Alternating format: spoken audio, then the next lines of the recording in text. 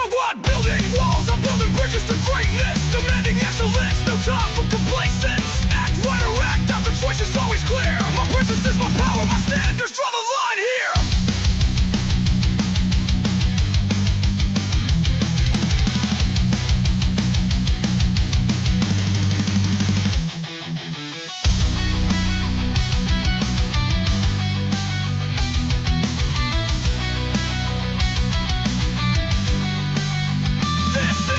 Elevation, protocol, rising above the chaos, taking control. My values not negotiable, my worth is my law. Surrounding myself with excellence, that's what I saw.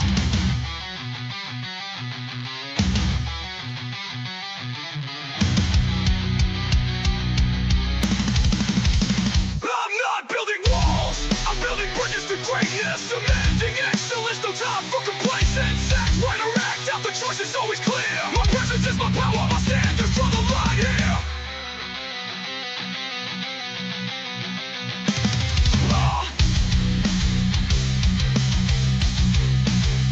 This is the elevation, protocol, rising above the chaos, taking control. My values not negotiable, my worth is my law. Surrounding myself with excellence, that's what I saw.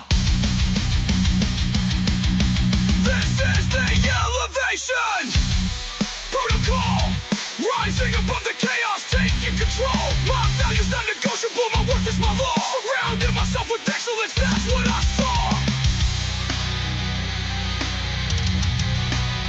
I'm not building walls, I'm building bridges to greatness.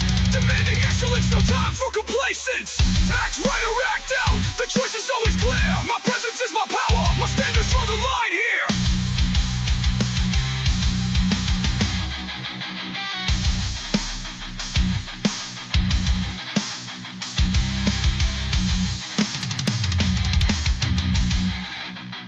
I'm not building walls, I'm building bridges to greatness.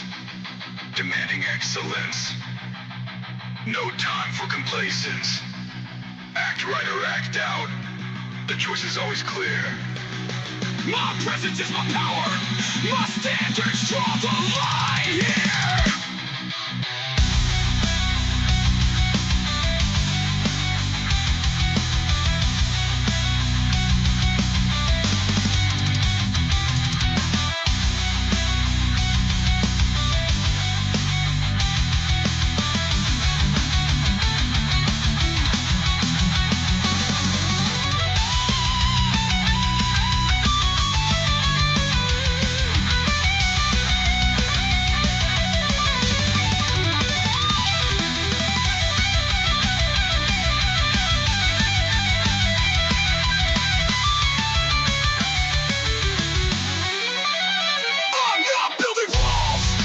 Bridges to greatness, demanding excellence, no time for complacence.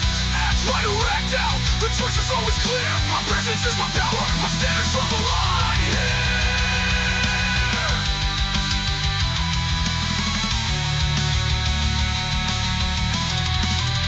I'm not building walls, I'm building bridges to greatness. Demanding excellence, no time for complacence. Act right or act out, the choice is always clear. My presence is my power, my standards draw the line here. I'm not building walls, I'm building bridges to greatness. Demanding excellence, no time for complacence. Act right or act out, the choice is always clear. My presence is my power, my standards draw the line here. My standards draw the line here. My standards draw the line here. I'm not building walls. How you doing, ladies and gentlemen? Welcome to This and That. I'm your host, Xander, where we're talking about this, that, and everything in between. Um, we're going to actually be covering some stuff, some information about Spain's response to the United States from last week's discussions. I told you guys I was getting some more detailed information about it, so we're going to be covering that today. Um, we're actually almost on time, about 10 minutes, 15 minutes behind schedule as projected. But while we go live every night of the week, we Do not let the sun rise without going live, but we don't always start on time. So we ask you guys to like and subscribe and always hit those notification buttons and actually potentially start looking into those the membership for the extra detailed information that we give you guys on a regular basis. Now, so far, what we have as updates is that, well, they're still bombing the fuck out of everything. Uh, they're bombing so much stuff. We're shooting our own planes down. They're haven't discussed anything about DHS and gotten a resolution. So TSA still not getting paid, and they're halfway through April. Uh, tax season's almost up. It's next week, Wednesday. That is it. So if you don't get it done by the end of this week, next week you're risking walking yourselves right into penalties for whatever taxation that you do file. Um, we have TikTok's running stable. Oracle stocks are showing the results of the millions and millions of TikTok users that are operating in the United States. So we kind of got a steady stream of things going that we've been following. But while we're here 7 nights a week, we covered plenty of different topics from plenty of different angles. Typically, we start with Sundays, which is questions and comments from the fans. As you've seen, we had a lot of people commenting from yesterday's show on Sunday night from the Twitch standpoint. We also have Twitter X on here, so special shout out to those guys. Um, and then Monday, Tuesday, and Wednesday is about business and politics, where Mondays we talk about how politics negatively impact your ability to make, save, and invest money, and what's going on between Spain and the United States could impact you if you were either living there or investing there, holding your money there, whatever the case may be. So we were going to be covering that today. As I said earlier, then we have Tuesdays where we talk about ways to make, save, and invest money, budget money, you know, startup businesses, stuff to that effect. And I believe tomorrow we're going to be talking about how Bitcoin perceivably crashed because as it peaked for the first time in the history of Bitcoin at almost $120,000, it has gone all the way back down to approximately $60,000. So we're going to be talking about Bitcoin tomorrow. And then we are going to be talking about Madrid on Wednesday because on Wednesdays we talk about different countries around the world that you can live and invest in. Um, Potentially cheaper than the country that you're living in. So we're going to be discussing that, covering the spread on that. And then after that, we're going to be on Thursday, Friday, Saturday, talking about your personal development, self improvement, relationship topics, negotiations.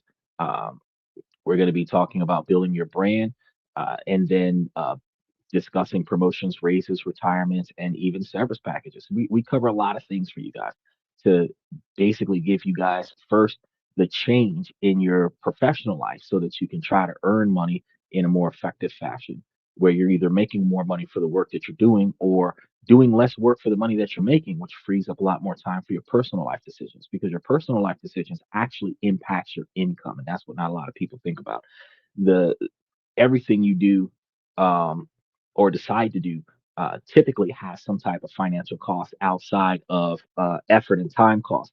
And those decisions leads to the fundamental basis of your standard of living because your standard of living is identified personally by most people. Your basic utilities, rent, light, gas, car insurance, phone bills, stuff to that effect, but other personal choices, relationships, dating, um, upgrading your cell phone to the latest one, designer clothes, trips around the world, the luxuries in life, extra memberships, all of those things are all part of your standard of living decisions.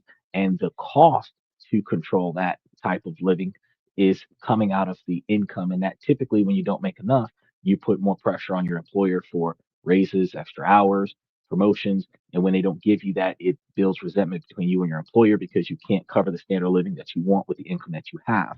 And if you're a self-employed individual where you work for yourself, you typically offset the expectations of your financial needs onto your customer by raising prices, which then leads you away from a steady income stream to an unstable income stream where some people can still afford the higher prices, but a lot of people cannot.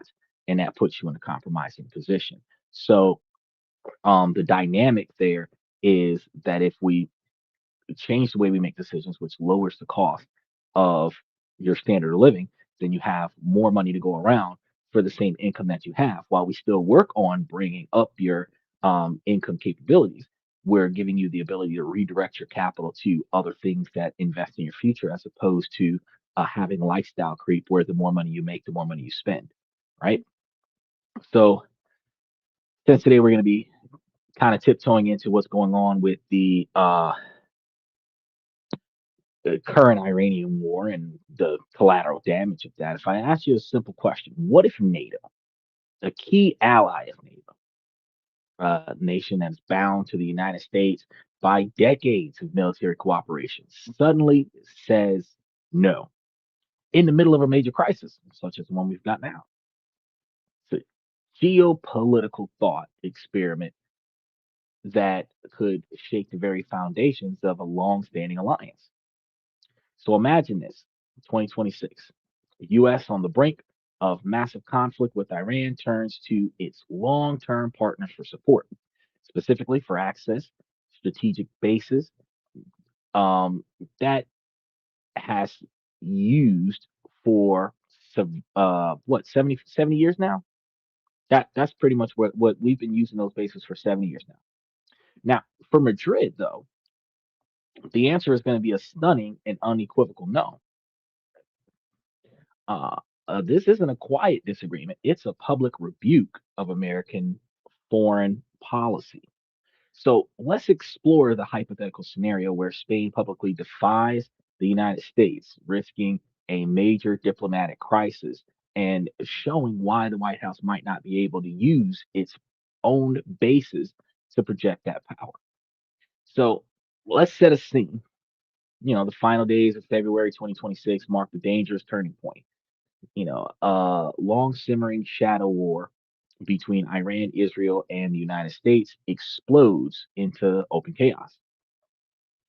Um, February 28th, the hypothetical coordinated U.S. Israeli air offense strikes deep into Iranian territory. And in this scenario, reports flood the news wires that Iran's supreme leader, Ali Khamenei, is specifically eliminated.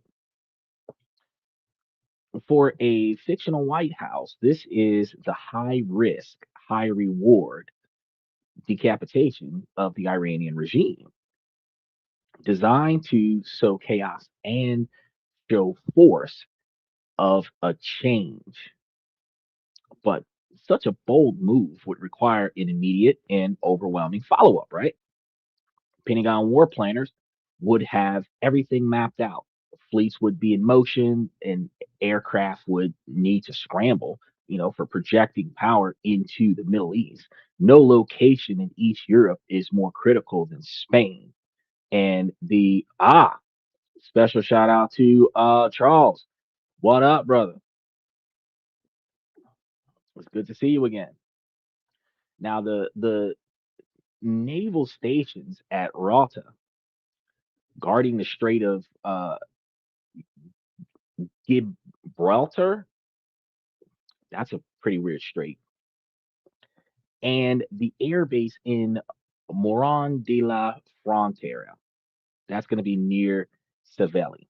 They have been uh, eclipsed of the American military logistics plans in that region for generations. That is specifically the two locations, the Gibraltar, I'm saying that wrong, and the Moron de la Fronta.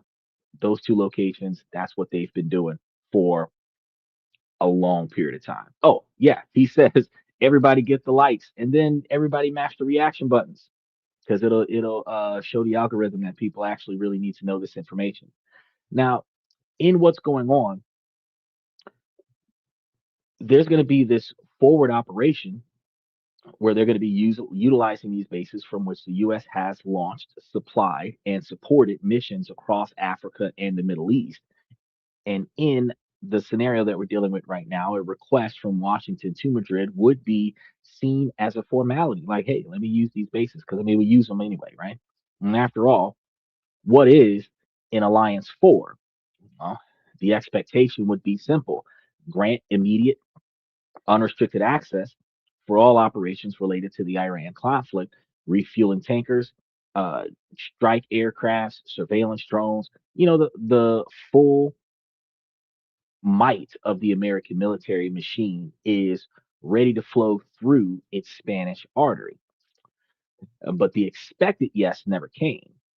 Instead, a political earthquake emanates from the Moncloa Palace in Madrid, where the government of Prime Minister Pedro Sanchez doesn't just hesitate or ask for clarification, it refuses. Now, the refusal is absolute, covering not just direct combat missions, but all logistical support. For the first time in the long history of the U.S. Spanish defense relationship, the gates of Rota and Moron are effectively closed to the American military for a major conflict. Now, the shock in Washington would be palpable. The logistical plan, so carefully crafted, are thrown into chaos. A critical artery has been severed, not by an enemy, but by a friend. Typically, we've experienced the most devastating blows from our most closest allies. People don't pay attention to that. But this move is so unexpected that for a few hours, officials in the Pentagon and State Department might wonder if it was all a misunderstanding. But it's not. It's a complete and clear declaration. So, in this hypothetical chain of events, the Spanish government wouldn't hide its decisions. It would make it a case that is directly designed and notified to its people and the world that in this series of coordinated public statements, Prime Minister Pedro Sanchez, flanked by his top ministers, would lay out a position of unambiguous defiance. Now, the phrase echoing from Madrid would be a simple one, deeply rooted in recent Spanish history. No a la Garua, no to war. Prime Minister Sanchez is in a televised national address that would be resulting from this declaration. He'd likely condemn Iran's own aggressive actions, but describe the U.S. Israeli strikes as reckless and illegal. A lot of people have agreed. He said the devil has no friends. Well, I mean, what was it like 37 or 35 felonies? Well, down the stream. And he still made it to the top. He got what, 5 or 6 felonies more than P Diddy, and didn't do one day on the inside. So he got a lot of friends. They're just not where he wanted them to be. um, but there's also an act of playing Russian roulette with the lives of millions of people, which is what is being perceived by the actions of the United States and Israeli strikes, from the perspective of Spain, where he would draw a direct line from his government stance on other global conflicts, framing this as a consistent policy of rejecting unilateral military actions that violate international law, which I would assume that NATO was built to put a stop to, right? Now, this isn't about being anti American, he'd argue, but about being pro international law, which is everybody in agreement that certain things should not happen. Now, when one person steps up and says, I'm going to do it anyway, you can't really ask everybody else in the class to back you up on that. He said bullies. Well, that's the word that spells the red, white, and blue, right?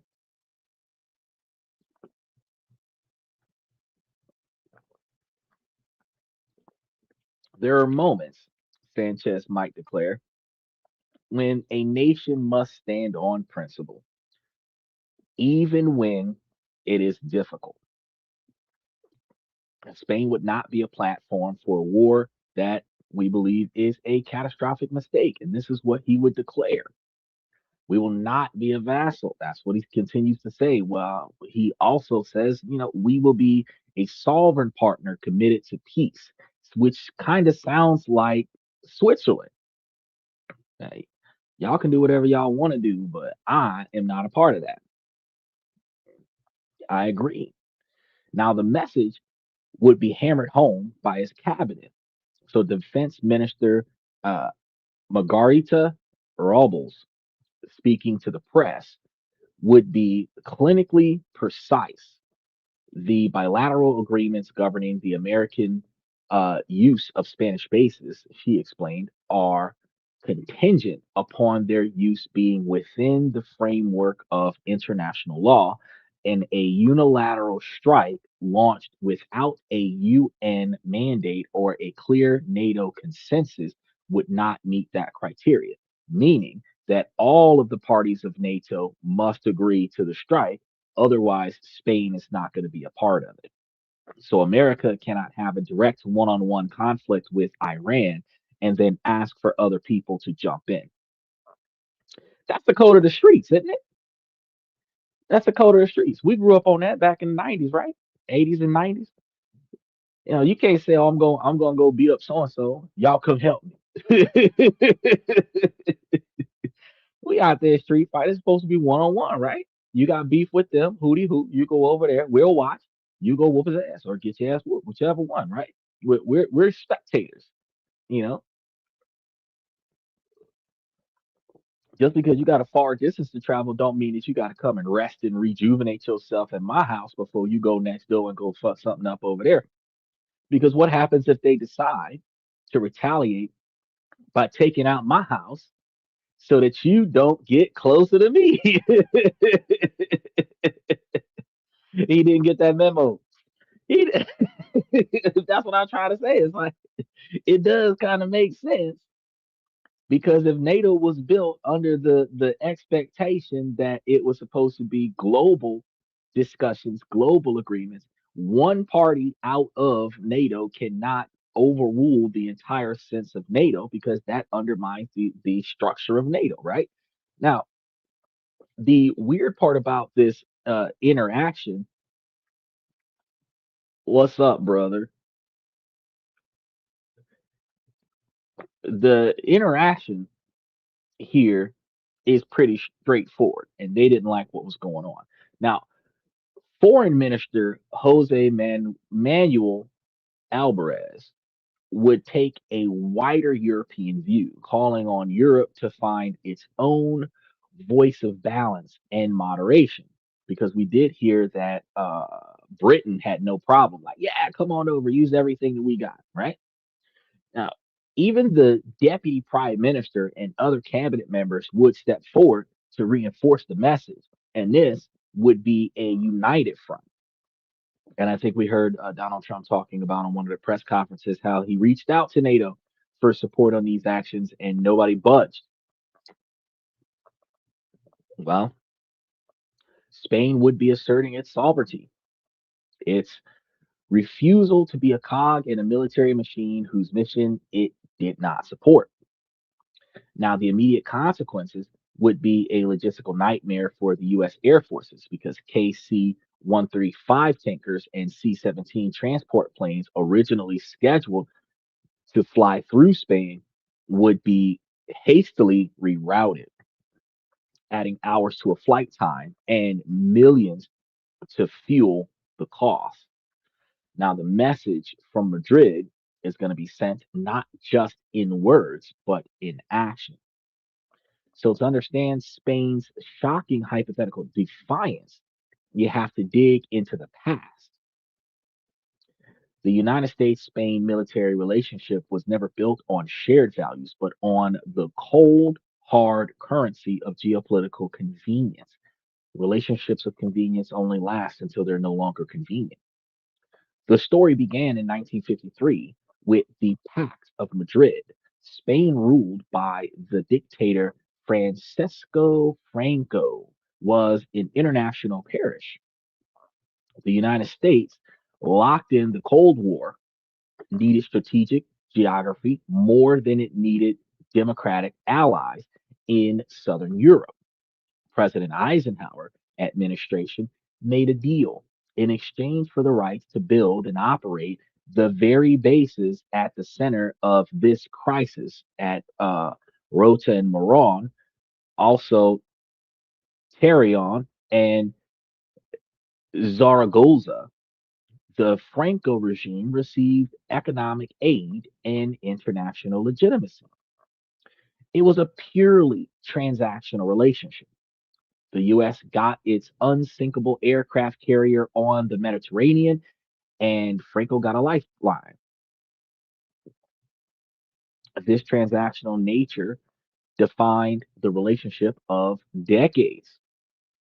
When Spain transitioned to democracy and prepped to join NATO in 1982, the alliance was a tough sell.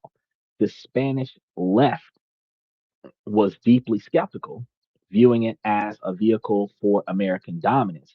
And this led to a divisive national referendum in 1986. He said, another devil. Well, we've got a lot of people in politics that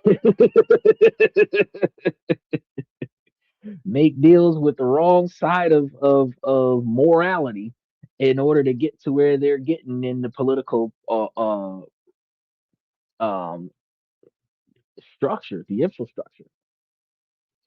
So I can say that they're going to ruffle a lot of feathers and they're probably going to piss off a lot of people, but they accomplish most of the things that they want to accomplish, which is why they get so far up the authoritative ladder. So, in this dynamic, the socialist government campaigned for a yes vote, but only by attaching three crucial conditions. Now, Spain would not join NATO's integrated military command. It would ban nuclear weapons from its soil, and it would work to reduce the U.S. military presence. Now, the yes vote won, but the message was clear that Spanish membership in NATO was conditional. Let's fast forward to 2003. The memory of the US led invasion of Iraq is burned into the Spanish political consciousness. Then Prime Minister Jose Maria and Zanar stood with George W. Bush, supporting the war against the will of over 90% of the Spanish population. And the streets of Madrid filled with millions of protesters. And the political fallout was immense. Michael says, some people see Trump as a devil, others see him as a great white hope. Well, I can't really say that he's the great white hope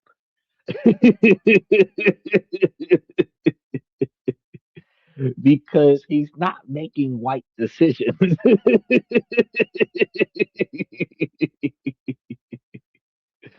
uh, Charles says, they all lose their souls in the end. Well, if you if you're willing to do whatever it takes to get certain things, then the collateral damage could be your virtue, your inner morality, your ethical perspectives, because ultimately you're not going to be able to cross the correct path lines without shaking down a few of your previous lines in the sand. You're if lives must be lost in order for you to get what you want, you're gonna have to take down your moral position of not taking lives. So it's kind of gonna be one of those situations where you got to give something to get something. The law of alchemy. He says, Jesse says that he's the great white hope. I mean, Jesse could say that he's a great white hope, but Again, he, I'm not gonna be able to sign on him being the great white hope. He's making some non-white decisions. You know, who's hoping for him? Because he's not the savior of poor people. What's great about him? He's really old. That's great. He still has all of his motor skills. That's great too. He's a billionaire. I mean, that's great for him, but for the rest of us, it's like share. Uh,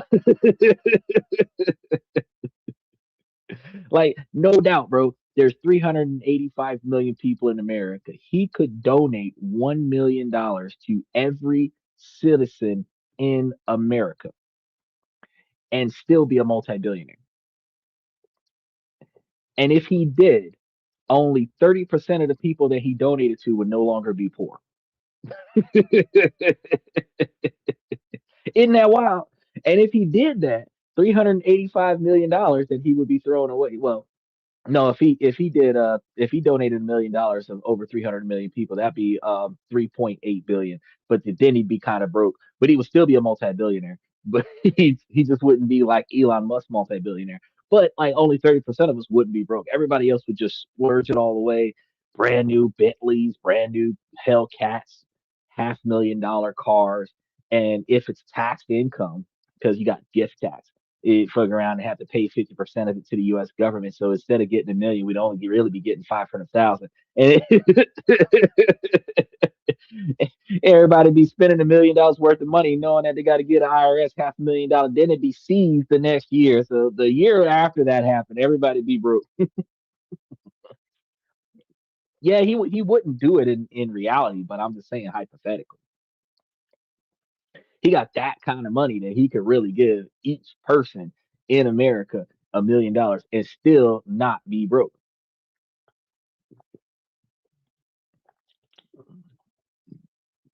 Right? Now, Aznar's government was defeated in the next election after they helped George and what was it?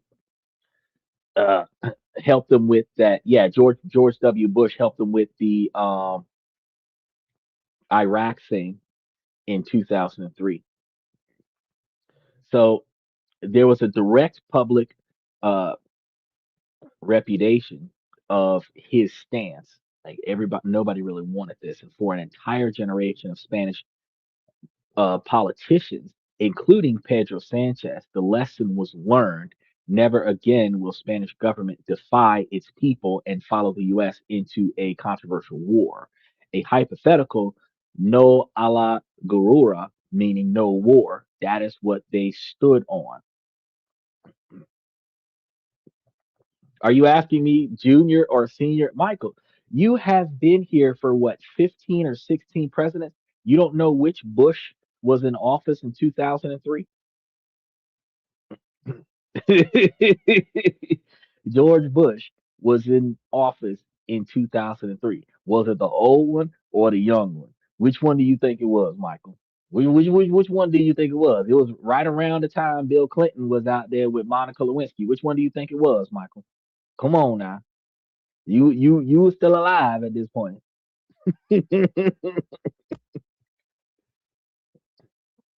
So their stance on no war, exact. So the old Bush. So you already know what's going on.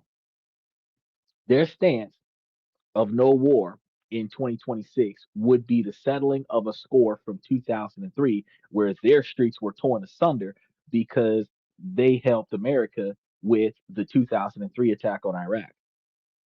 So if Washington believes Spain's initial refusal was its final move, they would have gravely miscalculated the situation. In the scenario, Madrid isn't finished as U.S. military planners work around the clock, rerouting flights. They sooner discover that Spain's defiance has expanded. This is no longer just about the bases, this is about the skies itself. By March 30th, and this is about what, 10 days ago, 2026, the order comes down from the Spanish Ministry of Defense. Spain is closing its airspace to all U.S. military flights involving in the Iran conflict. Now, this is a dramatic escalation. Denying base access is one thing, but closing a country's entire airspace to an ally is a nearly unprecedented move within NATO. It's a hard border in the sky. The strategic implications would be immediate and severe. Spanish's position is the most direct flight path from the US and Western Europe to the Middle East. Closing this aerial space highway forces the United States military into costly and time consuming detours. Every rerouted flight means more time in the air, more mid air refueling, increased refuel consumption, and greater wear and tear on aircrafts and the crews. Defense Minister uh, Magarta Robles would once again be the face of this hardline policy. Uh, Magarta is a female political position, so she is now in terrorist press conferences where she confirmed the restrictions are absolute, applying to all war-related actions. The only expectations would be for proven medical or humanitarian emergencies. That's the only thing that they're going to allow. A U.S. bomber, a surveillance drone, a transport plane carrying munitions, none of those are going to be welcome. Now, this transforms Spain's position from passive non cooperation to active obstruction. It's a deliberate act to complicate the American war effort, signaling that Spain is willing to absorb the political heat. And the message is no longer just, we will not help. The message is now, you will not pass for this bullshit. You shall not pass. They put the Ganondorf on that ass. um, he said, we'll create a base in the Middle East, which will shorten flight time. I mean, they're going to create something somewhere. Britain said that you can fly to Britain long as you ain't crossing over Spanish airspace to get the direct path to Britain, you're good. That's going to be a lot of effort because imagine you're going to have to sail a ship as far out as possible, and then you have to sail another ship as far out as that ship with fuel to refuel that ship to sail that ship even further so that all the planes on that ship can launch from that ship so that that ship can now go to war. It's a lot of effort. So once they get another base set up that's not Spain, or several bases set up that's not Spain, you understand that the relationship between Spain and US is going to change because US was cutting checks to Spain to use Spanish bases. They're no longer using Spanish bases. America's no longer renting that property. So the capital that they were getting from Spain, or that Spain was getting from the United States, that's going to change coming soon. Those peace talks that they used to have, where the subsidization of Spanish income from United States revenue, that's gonna by the time this Iranian war settles down, that's all going to change. So, in our hypothetical scenario, let's assume that Donald Trump is back in the White House, and the reaction while he's twiddling his sharpie would likely be furious. A leader whose foreign policy is defined by an American first worldview would see Spain's actions as a personal and national betrayal, which he definitely did declare. In a series of fiery social media posts, and press briefings, he would unleash a torrent of criticisms, such as we have a situation where we spend billions on beautiful bases in Spain. You can imagine him declaring, and now, when we really need them, they tell us no. It's a disgrace. Y'all remember this, right? He would cast the refusal as a freeloader's betrayal, immediately connecting it to his long-standing grievance with NATO allies over defense spending. Spain is one of the worst offenders. It's something that you would hear him say. They pay a tiny fraction of what they should. And I've been telling them for years they want our protection, but when the chips are down, they're not there. It's an unfriendly country. That's what Donald Trump continued to say in the press. But the criticism would likely escalate into direct threats because President Trump could announce that he's exploring punitive economic measures. If they don't want to be a friend, maybe they don't want to be a trading partner either. He might continue to muse that we're going to be looking at cutting off all trading with Spain, all of it. And we were talking about this a week or two ago. The threat to cut off all trade would be astounding.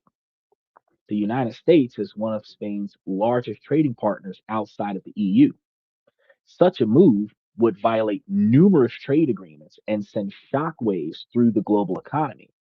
A frictional or a fictional Treasury Secretary might politically and publicly confirm that he's exploring all available options, which is rhetoric from Washington that would move far beyond a diplomatic dispute because it has become a direct confrontation with Spain. And hypothetically, Spain's decision and the explosive reaction wouldn't happen in a vacuum. The shock wave would radiate outward, shaking the core of the Western alliance. He said, more an air base in Spain is an American air base. Not anymore. Spain said no. do, you, do you think that America is going to put time and effort into taking a base from Spain that is an American air base in Spain while all resources are being utilized to redirect ships to Iran? I don't think so. One thing America is strong. One thing America is not, militarily or practically or politically dumb as fuck. Why start two wars at the same time? We might have more than enough resources to send a third of our population to one country and destroy them. We don't have the resources to stand alone against two, three, or four countries combined. All it takes is for any one of them to send a large quantity of retaliation directly to American soil, and our entire offense is completely upheavaled. The best offense is a fantastic defense, and the best defense is a fantastic offense. So if we send all of our best defensive fighters to the front lines as the best offensive attack, everything's over there, nothing's over here. Whenever we see that we need reinforcements, we have days, weeks to send those reinforcements so that the onslaught is always over there, nothing over here. But the problem that you have is that if there, that while we still got stuff over here protecting us, how much protection would we have if our transport ships are being destroyed, if our transitional ships are being destroyed, refuel planes are being taken out? You got to understand, in a war, the tactical advantage is in the person that's got the most space between their base and the conflict, right? Yeah, that's a very interesting because I still don't trust Spain. Spain doesn't want to be involved. He said, "Send me homeless." Well, if you sent the convicts instead of sending the homeless, then you wouldn't have to waste as much tax dollars on keeping people locked up. You can just send them over to another country, paratroopers, drop them down and let them do their thing. And you know, no, you don't send them the homeless because the homeless population didn't do anything wrong. You don't want to sacrifice people that they don't have the physical strength and capabilities because they're malnourished. Logistically, that would be an improbable decision to make. Now, prisoners, on the other hand, get a lot of exercise.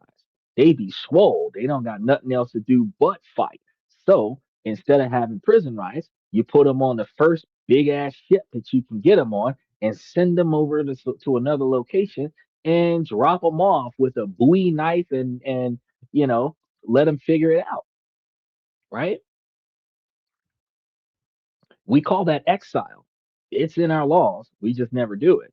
But if we did, especially during war times, I mean,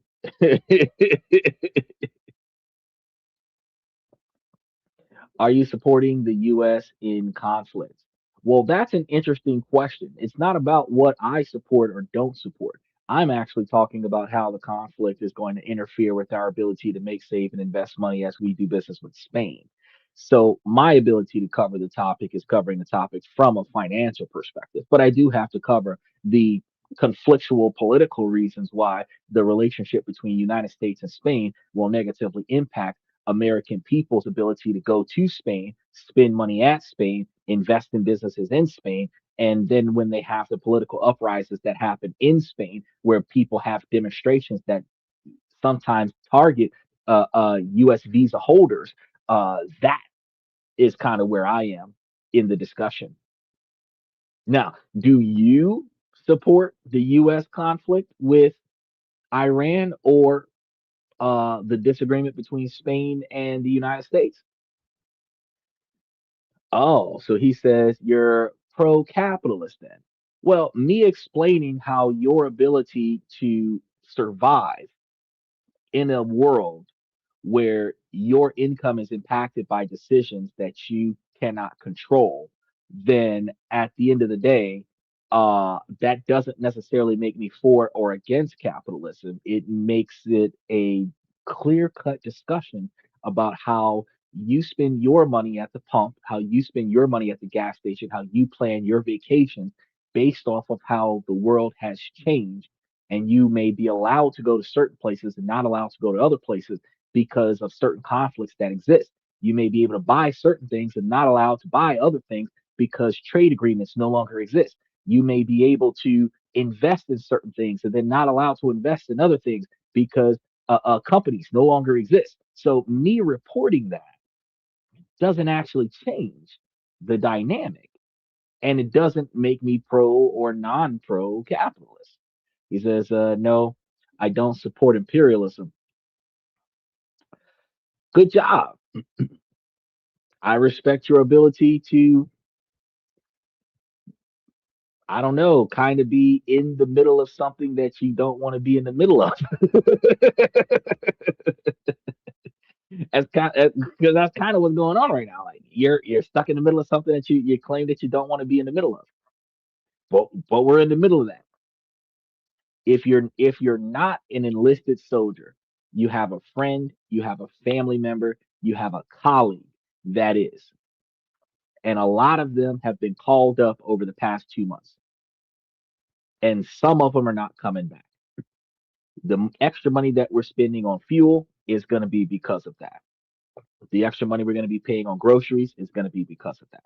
The extra money we're going to be paying on the goods that we buy that's being shipped in from other countries is going to uh, uh, impact us on that. So, do we directly support it? Not necessarily, but it will impact us. It sounds a bit like you claim to be capable of being neutral on a moving train. Yes, that's a very insightful thought.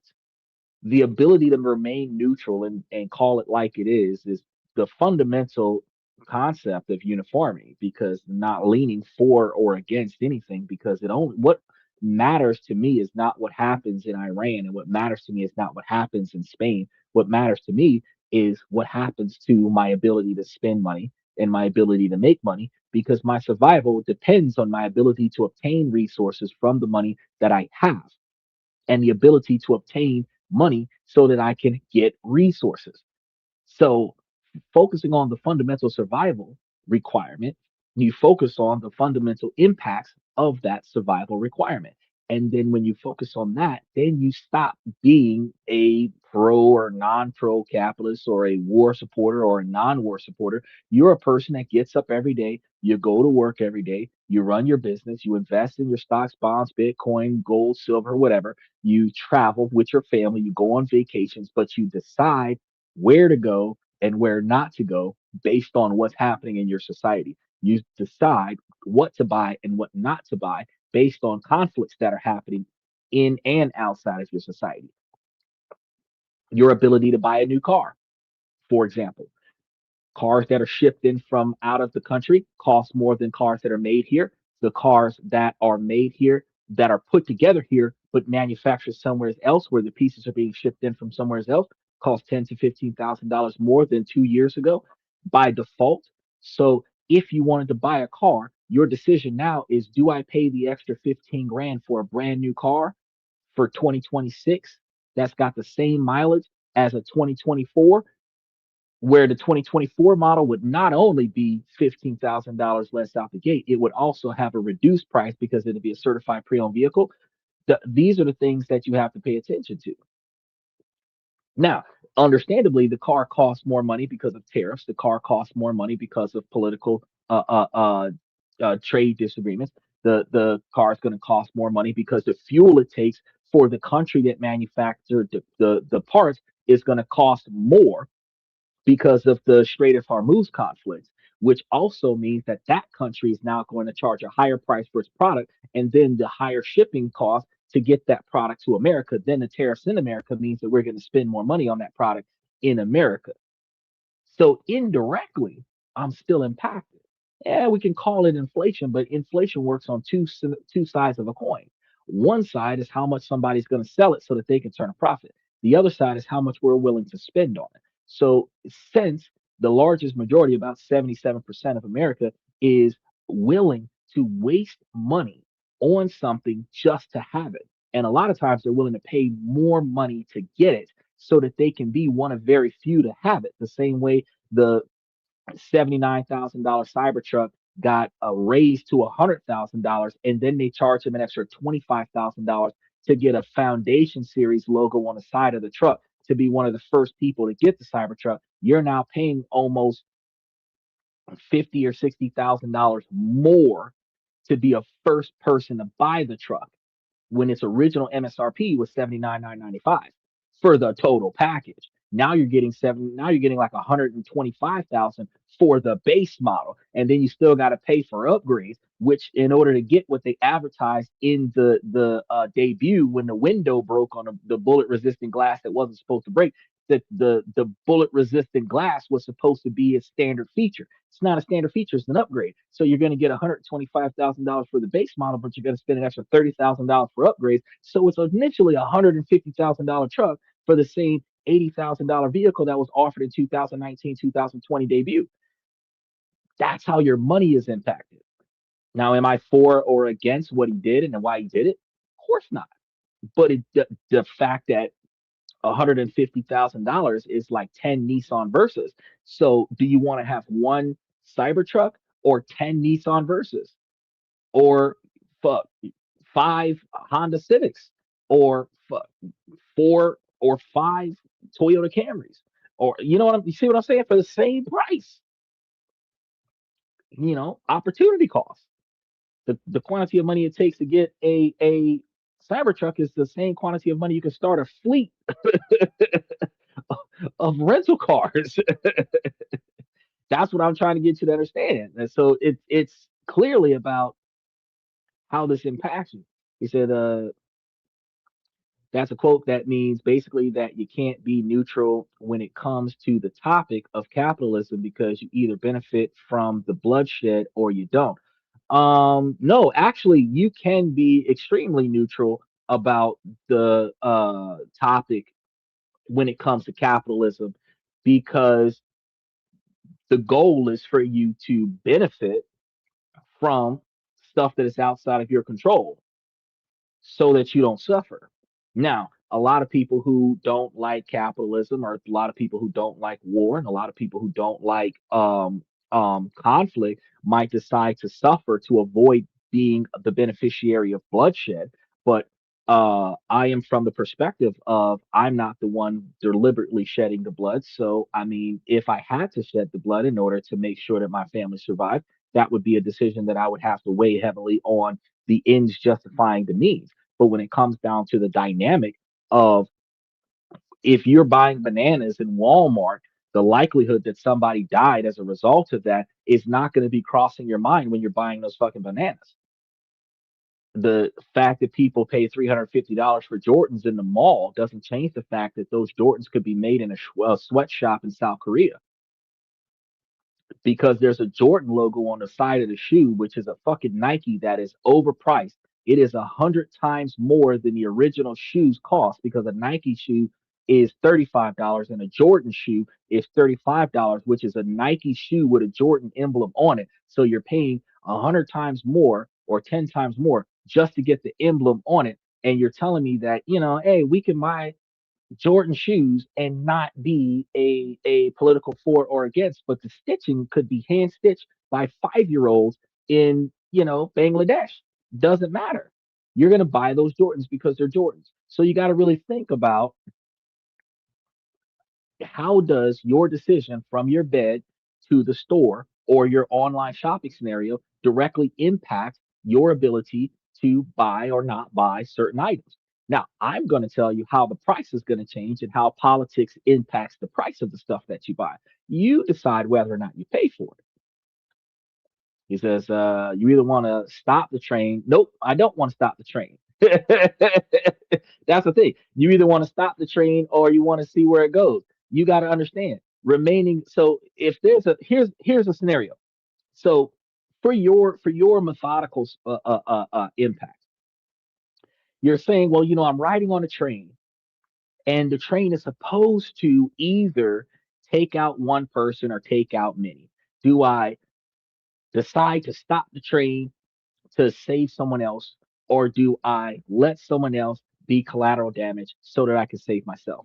In that situation where somebody's got to die, do I have to have the moral or ethical position to decide to save myself or decide to stop the train for to save somebody else and thus killing myself, or should I just let it happen? Now, if you would have been watching this show a year or two ago, I was put in a hypothetical scenario where Mr. Pips asked me a question. We were talking about morals and ethics in that show as well. And I came from the most logical standpoint. If I was driving a vehicle that was going downhill and a person saw this vehicle going downhill and that person decided to walk out in front of that car, would I put every effort into not running over that person or would I allow that person to be a speed bump? And I was perfectly clear that first person accountability, the person that is walking into the street knowing that they could get run over by this car that is barreling down the hill, they're taking a chance of becoming a speed bump because since they are not controlling the car, they cannot assume that the car is going to stop. So if they ended up being a speed bump, then they become a speed bump. Likewise, what decisions would I make barreling downhill at a high rate of speed? Am I going to throw it into a building, potentially killing the people in the building? Am I going to barrel roll the car down the street where it could potentially kill the guy anyway and kill myself? Or am I just going to go ahead and just keep doing what I'm doing? So, under the observation, we're still in a position where I'm responsible for my decisions. You're responsible for yours. So, being on that train, Since you're throwing out that hypothetical train situation, I'm riding on a train, not driving the train. Whatever the train conductor does, I have to navigate around that. If the train conductor decides to knock off one person instead of knocking off a fleet, hey, if the train conductor decides they're going to try to flip this train, I'm going to try to see if I can tuck myself somewhere so that I don't final destination my situation. But since I'm not the one controlling the train, I have to navigate around the outcome. And that's my same position on whether or not capitalism is good or bad, whether or not the war is good or bad. It's because the whole dynamic is not inside of my control. What is inside of my control is how often I pay for gas. How much do I pay for the gas? Do I buy premium gas or do I get regular or unleaded gas? Do I stock up on the cheap gas in the middle of the night so that I don't spend as much money for gas? Or do I go there in the middle of the day? That is what we pay attention to. So he says, benefiting from what's outside of your control only happens when you can bring a part of what is happening within your control and which part is within your control. Well, the stuff that's happening out there in Iran is outside of my control. The cost of materials that are made in China is outside of my control. The cost of the products being sent to America outside of my control. The cost of it after it crosses the tariffs is outside of my control, and its ability to hit the stores where I shop is outside of my control. What is inside of my control is will I pay the price for that item? If I believe I need it or if I really want it, then the answer is yes. If I believe that I would want it, but I would want it at a different price, then I would choose not to buy that item. So, benefiting from what's happening outside of my control is shopping at the grocery store, shopping at the clothing store. He says, so if you choose to invest in conflict or its ripple effects, this is not staying neutral. This is choosing to make money off of it instead of trying to stop it. No, actually, that's not true because what you're saying is that if you don't invest in the ripple effects, uh, you're saying that because war is happening right now and the prices are going up because the war is happening right now, you're not supposed to shop until the war is over. Nobody in America has 3 or 4 months worth of groceries just so that they don't buy stuff at the store until the war is over. And we can't guarantee that what happens with the war is not going to have ripple effects into to August, September, October. So when you're saying that which American people are going to go and try to stop the war in Iran? We had a bunch of American people that were trying to stop immigration deportation in America, and 2 people got murdered from it. That was on the news. So again, you're not making any sense because the ripple effects of what's going on the other side of the country happens with everything you buy. So your toilet paper, your foods, your clothes, your utilities. So you're saying now that you're not going to pay your light bill, water bill, phone bill, your prices go up because of what's happening somewhere else. So you pay for the ripple effects. You have no choice in that.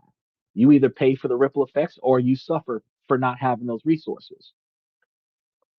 It says you were born into the capitalist system, whether you like it or not. True, but you don't have to. You don't have to protest against it.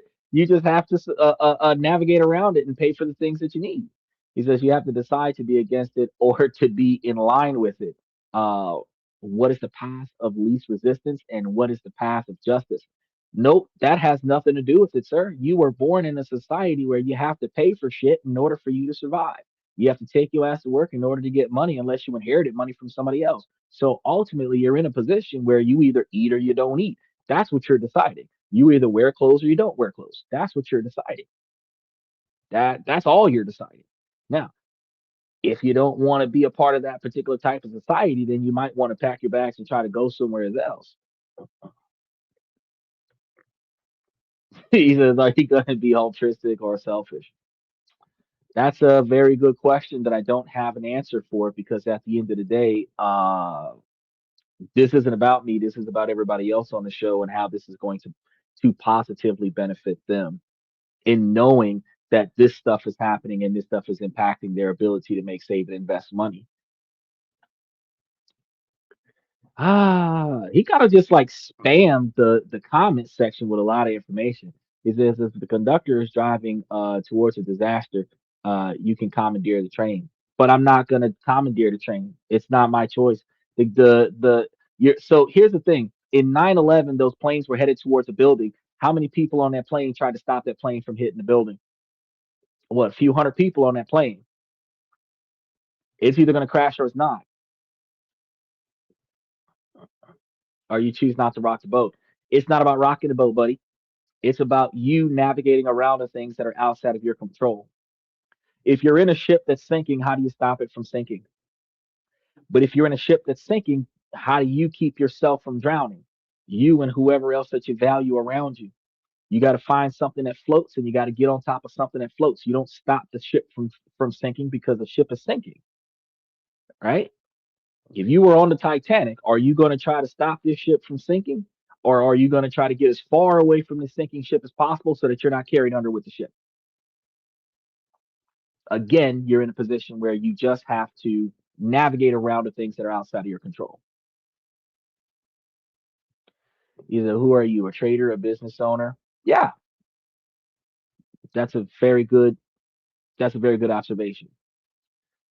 Not talking about uh, substance shopping. That is fine. No. You're saying that you're not talking about substance shopping. No, I'm talking about substance shopping. So you're trying to redirect it to a straw man topic and try to make it about like political uh disarray in another country. And I'm telling you, no, this is about substance shopping.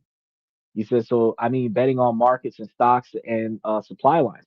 In order for you, capitalism is going to be about you not being broke because you took your money and you bet against the market. You bet against bullshit. You invested in chaos. You invested in somebody else's suffering. Can you find an investment opportunity where you're not benefiting from somebody else's mistake?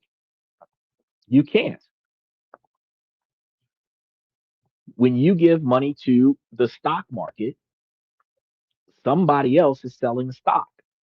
In order for you to turn a profit on that stock, ultimately, you have to sell the stock higher than you paid for it, which means somebody else had to make a bad choice to buy the stock higher than what you paid for it so that they can now own that same stock and you benefited the difference, which means they took a financial loss. So you benefited from somebody else's mistake.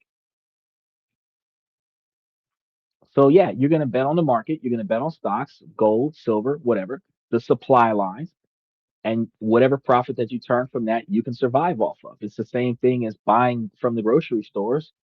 You're going to spend extra money on stuff that costs more money because it doesn't come from America. Now, you can change the way you buy things and you can only go to Whole Food stores that just mom and pop shops down the street, but the quality of your food is going to be different. As the prices go up because the war is paid for by the working class on behalf of the ruling class. Okay, it was that is I think you answered it so far with your responses that you would prefer the selfish choice, but I disagree. You are right. I have crashed the comment section. Yeah, I'm allowing you to kind of tiptoe around because I'm gonna get back to the main point here because you know uh you're not making any sense with your line of discussion. Uh, ultimately, I actually prefer to make sure that I have what I need to get the things that I want and do the things that I want to do. And that's what the majority of the Americans want to do. That's what the majority of people around the world want to do is to make sure that they have enough to do what they want to do as well as do what they need to do. Fundamentally, to do what they need to do over what they want to do, because when they can't do what they want to do because they can't afford it, they want to at least have their basic needs, and that's just human nature. So I don't understand your dynamic. I mean, it seems like you're trying to compartmentalize me into a box that doesn't exist, but I see where you're coming from. It says you are conflating uh, substance shopping with your market speculations, and you are betting. We are surviving the consequences of your bets. No, no, I'm not conflating anything. I'm actually articulating the indirect as well as direct consequences of cost increase that's happening directly in America, where your prices are going to go up because of things that are outside of your control. And then I'm articulating that you should probably redirect your decision making so that you're not as negatively impacted by the things that are happening outside of your control. Now, as far as my ability to bet on the stock market, oh yeah, you can buy into real estate investment trusts and other such stocks, bonds, and everything to that effect, where you can turn 20% returns on the cost of those particular products. But REITs are losing their share price because tenants are going overseas, which is partly impacting things. People aren't able to pay their rent because the government's been shut down for 2 months, partly impacting things. But the REITs are still paying their percentages. So their dividend payouts have essentially have their stock prices cheaper, their annual returns are higher. So instead of certain stocks being 10, 15, $20 a share, they're 2, 5, $9 a share, where they're giving away a 20% return. I tell you, go and look into that for yourself, but I'll buy into that every day of the week, because instead of buying it at $30 a share or 100, 200, $300 a share, I'm buying it for $2.50 or $5 a share, where I'm still getting between 8 and 15 cents a share back, where I'm looking at about a 20% return annually. And a 20% return on that particular type of investment is beneficial for me in the long run, especially if I can ride that wave for 15 or 20 years. Highly unlikely, probably average about 15%. But the returns on investment means that if I'm putting away a decent quantity of money, I can work myself out of a working class idea and into a financially self sustainable idea. And every working class American can do the same, which actually has absolutely nothing to do with the world, but indirectly, yes, the conflicts that happen over there cause stocks to fluctuate over here. And while the stocks are cheaper, people who don't have as much money as the billionaires can buy into those stocks cheaper and make them a ton of money, because those stocks will go back up. So he says, you are, I'm not, because you buy in capitalism. I don't. Oh, so you don't buy anything then. You just steal what you want, because if you buy absolutely anything with the money that you work for, you're buying into capitalism. That's pretty much how that works. Is that I'm making plenty of sense? Nope, you have not made one lick of sense so far. You say you're just a capitalist and you cannot convince a man of something he's uh something has salary depends on. Oh, okay. Something his salary depends on. Have a good night. Oh, good. So you're leaving. Thank you, Jesus. Whew. If I could sprinkle some salt on the podcast after that, so he don't swing back around, that would be fantastic. Uh, so he's claiming that I am just a capitalist. I don't really see how that makes any sense. Doesn't bother me at all. But you can't convince a man of something his salary depends on. I don't know. Again, you're not making sense. I don't know what are you referring to. You could understand the links between capitalism, imperialism, and white supremacy. What does white supremacy have to do with gas prices costing more at the pump in the past 3 weeks? But my bad. Carry on with your topic. Thank you so much, because I mean you did a good job of derailing the topic, and I entertained it for a little bit because I thought you were going to make it make sense somewhere, but apparently you didn't. So is that not understanding is the when you are acting like it is. Oh well, no, it not understanding where you're coming from. This wasn't expected to be a win, because what you're talking about is a straw man topic from the main topic today. Because today's topic is about how Spain doubled down on its position and how that negatively impacts America.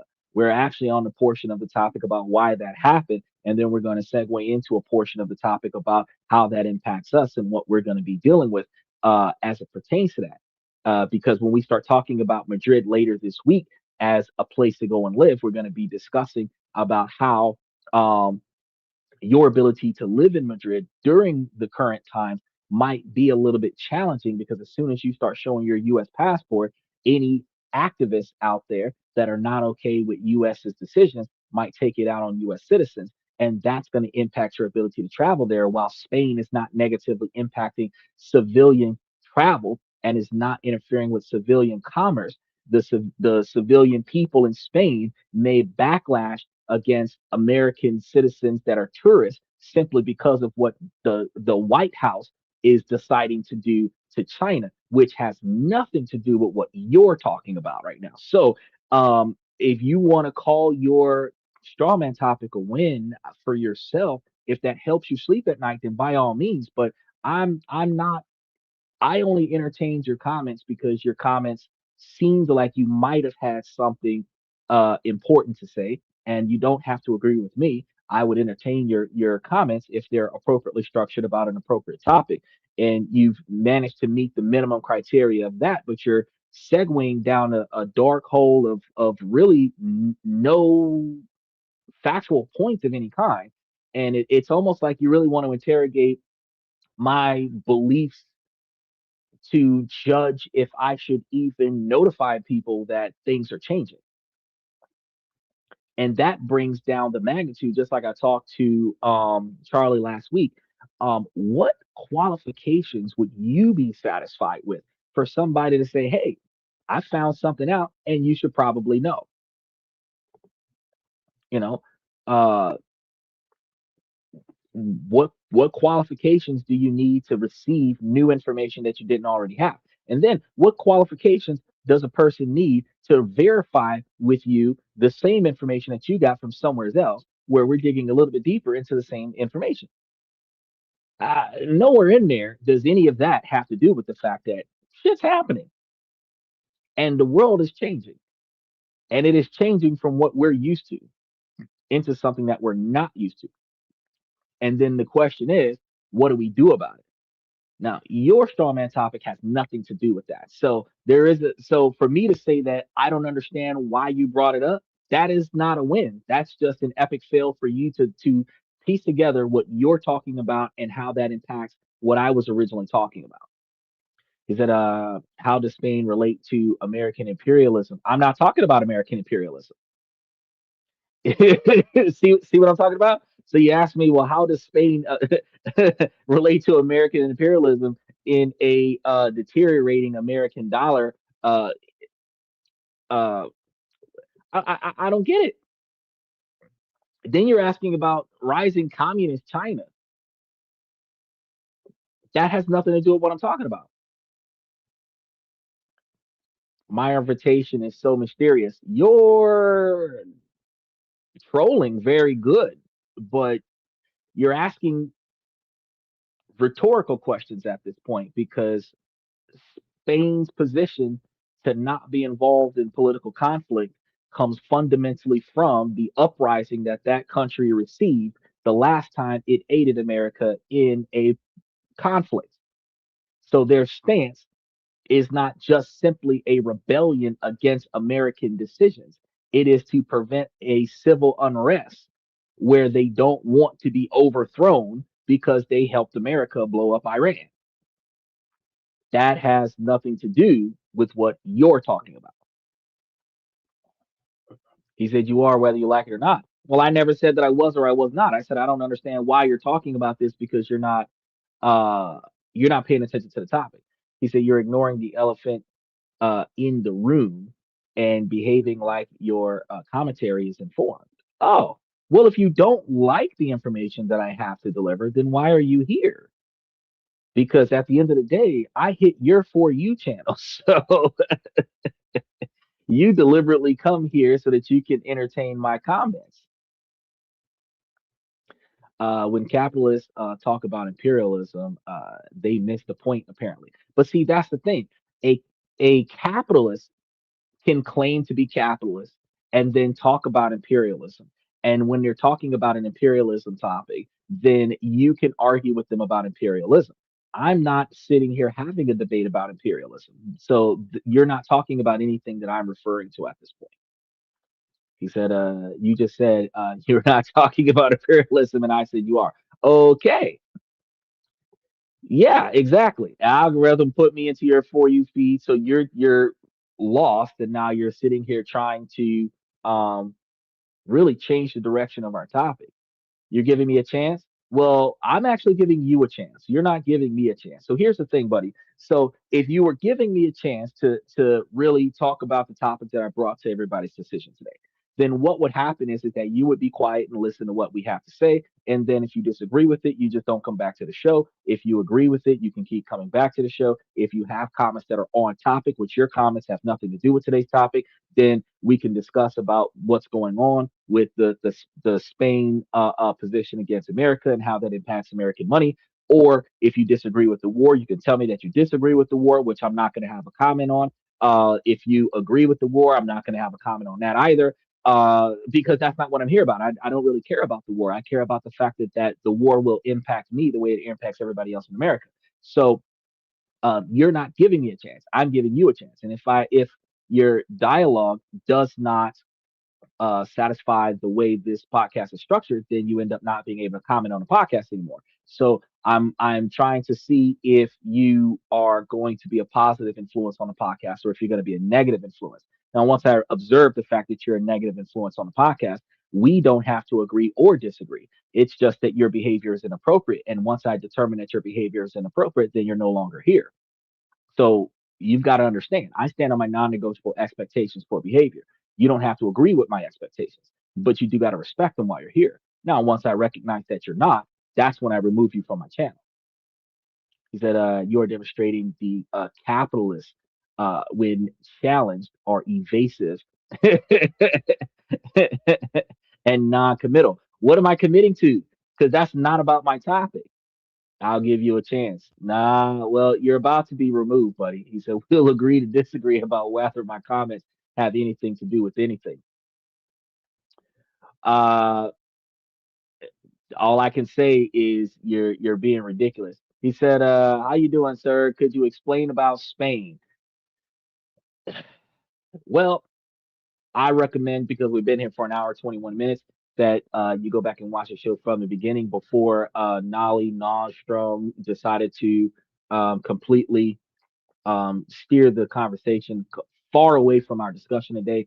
Today, we were actually talking about how Spain has upped its position from just not allowing America to use the bases in Spain for their skirmish against Iran to now not allowing America to use airspace to go to Iran, which also costs a larger quantity of fuel and resources from America to get to Iran for the Iran conflict.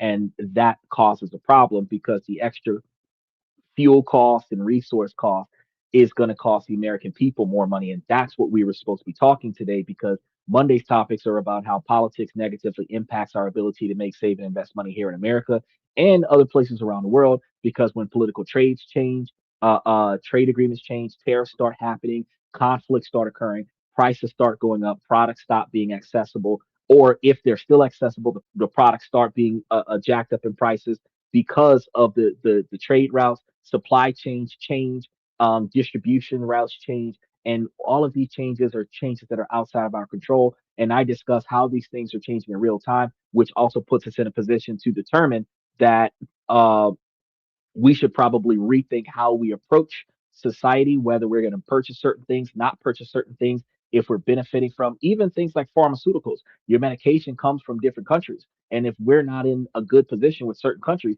your medication may not be readily available anymore, which means that you need to find a solution, an alternative to that medication. When they change the laws related to the pharmaceuticals, certain medications are no longer going to be accessible because the people who approve those medications no longer have the incentive to improve those medications, which means that what you used to take for your blood pressure and your diabetes might not be readily accessible because the company that used to promote certain products aren't incentivized to promote those products anymore. Then you also have the increased prices of medical treatment and medical care, because as prices change, premiums change, and as premiums change, your cost for health insurance change. That's how we talk about stuff, right? Now, Noli took it a completely different direction. And Noli was trying to talk about capitalism and imperialism, which has absolutely nothing to do with what I'm trying to discuss here. But at the end of the day, I had to try to entertain him and give him a chance, because sometimes people come into the channel on a Monday and think that I'm like a far left wing or a far right wing, and they got prepped to come dive into the comment section and try to outsmart me with their Google Siri scenario and discuss something that is not about today's topic, and then when I don't entertain that because I'm not coming from a political position, I'm coming from a this is how it impacts our paycheck position. Then they realize, oh fuck, I can't debate with this guy because this guy has absolutely no care about anything other than this fucks with my money. Is it I'm gonna go ahead and subscribe to your channel. You should, because tomorrow we're gonna be talking about Bitcoin. Wednesday we're gonna be talking about Madrid. Thursday, Friday, and Saturday we're gonna be talking about ways to improve yourself, improve your decision making skills. Different Mondays we cover different topics. But right now, what's going on in politics is hurting our money quickly. And then Tuesdays we talk about different ways to make, save, and invest money, different ways to earn money either in person or automating it from online, building up a digital nomad presence where you can travel while working, or the ability to invest in ways where you can save money and invest money so that you can stop working and then just live off of your portfolio, where you know where the money's coming from and your bills are not being paid in advance. So all of this stuff turns you into a position where you go from struggling on a day-to-day basis, living from paycheck to paycheck, to not struggling anymore. Being able to find another way to turn over capital allows for people like TSA agents to still have a second or third income coming in that does not impact their standard of living when they're no longer getting paid from the government since January or February of 2026, where we're now in April and they still can't pay for certain shit. I'm talking about how I said in January that I said in October and November that they were going to shut down again in January, and they did, but they had the 2 week layover because there was a contingency clause. And right after that contingency clause, I said last year that TSA wasn't going to get paid again. And I was like, hey, if you put your money up in a way where your money's making money for you, you will be able to survive, even if they don't pay you for 2 or 3 months. And lo and behold, they're 2 months going into three and they're not getting paid. Right. So I covered that. And then I covered ways to start up side jobs and turn a hobby into a side hustle and turn a side hustle into a business, automate that business, step away from that business so that you can relax and still get paid. And not a lot of people come on a Monday and realize, oh shit, this podcast is about self-improvement. It's about business. It is about society. It's not about politics, but politics does impact your ability to make, save, and invest money. So I do cover politics on Monday. He said, yeah, I'm a medical carrier in California and I fill up at least once a day, spending an extra $25 at fill up. And that's what I was covering today. What you're going through right now is exactly what I was covering today. That extra $25 is because they're spending extra money on oil in two scenarios. One, because there's more money, there's more cost for the oil to come out of the Strait of Hormuz, and there's more oil being used for the war. So that means there's less oil at America, which means there's more oil per or more cost per barrel for us at the pump. An extra $10 or $15 a barrel can turn into an extra 75 cents a gallon or an extra 25 cents a gallon. And an extra 25 cents a gallon over the course of uh, uh, 10 or 20 gallons turns into an extra 10, $20 of extra gas per fill up. And if you're looking at an extra $25 per fill up and you fill up 4 times a month, that's an extra $100 a month, which is an extra $1,000 a year. That's the stuff that we cover on the podcast. So then I'm like, well, shit. If you want to offset your losses, you can do things like buy into the oil stocks that are increasing in value and paying dividends. You can buy into the real estate investment trust that are paying massive dividends. You can make back that $100 a month loss in gas by buying stocks, bonds, and real estate that produces generated monthly capital that can subsidize your income, where you're not going to feel the impact of the increase of cost because you can't control the increase. That's what I talk about. Well, this guy's on something else. He said, what I believe is that politics and economics are inseparable. Okay. Oh no, you said inseparable. I saw that. I got to get my prescription renewed. Inseparable. So you're saying that politics and economics are inseparable. All right. Fundamentally, I can't argue with that. Politics impacts your ability to make, save, and invest money, and politics does impact economics. But your political belief Your belief whether or not to be pro or against war has nothing to do with my discussion about the economics of how politics is currently operating. Whether or not I'm a Republican or a Democrat has nothing to do with how politics impacts economy. My political beliefs have nothing to do with my discussion about how politics impacts economy.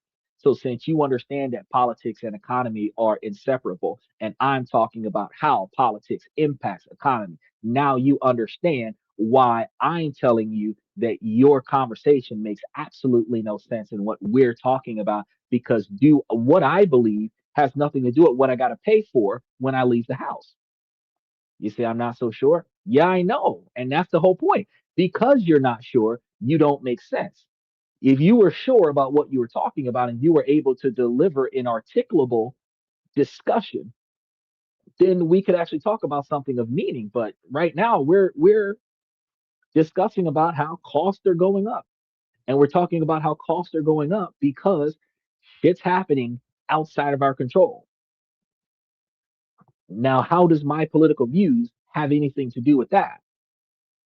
Do you think because wearing a blue shirt today that I'm a Republican and you just came here because you wanted to argue with a brother?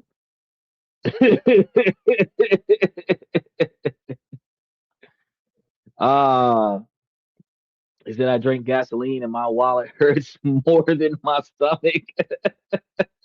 Well, scientifically speaking, ethanol, uh diethyl ether, can be conformed into an alcoholic substance. That's one of the reasons why some people have done some YouTube channels where they take it, like, what is that, 99 banana, the pure alcohol substance, and pour it into their gas tanks and use it for fuel. The only reason why it doesn't work 100% of the way people think it is because some of those um, alcohols have uh, flavored substances in them that develops a syrup, and then that syrup gets sticky and it freezes up your engine. But when it's just pure alcohol, oh yeah, you can take a bottle of alcohol and dump it into your gas tank. So whether you're drinking it at the bar or burning it in your gas tank, yeah, your stomach gonna hurt because it's gonna cost you more money. Because LOL, no, I'm not as sure as you. So we're on the opposite sides of the spectrum. We're on opposite sides because you don't agree that politics impacts your ability to make and save money. That I don't come to argue. I just speak my perspective, and it has not agreed with you. Carry on, brother. But you have your perspective was interesting. Your perspective was to attack my political beliefs and then attack my ethics and morals, and assume that I am capitalist because I'm talking about the war.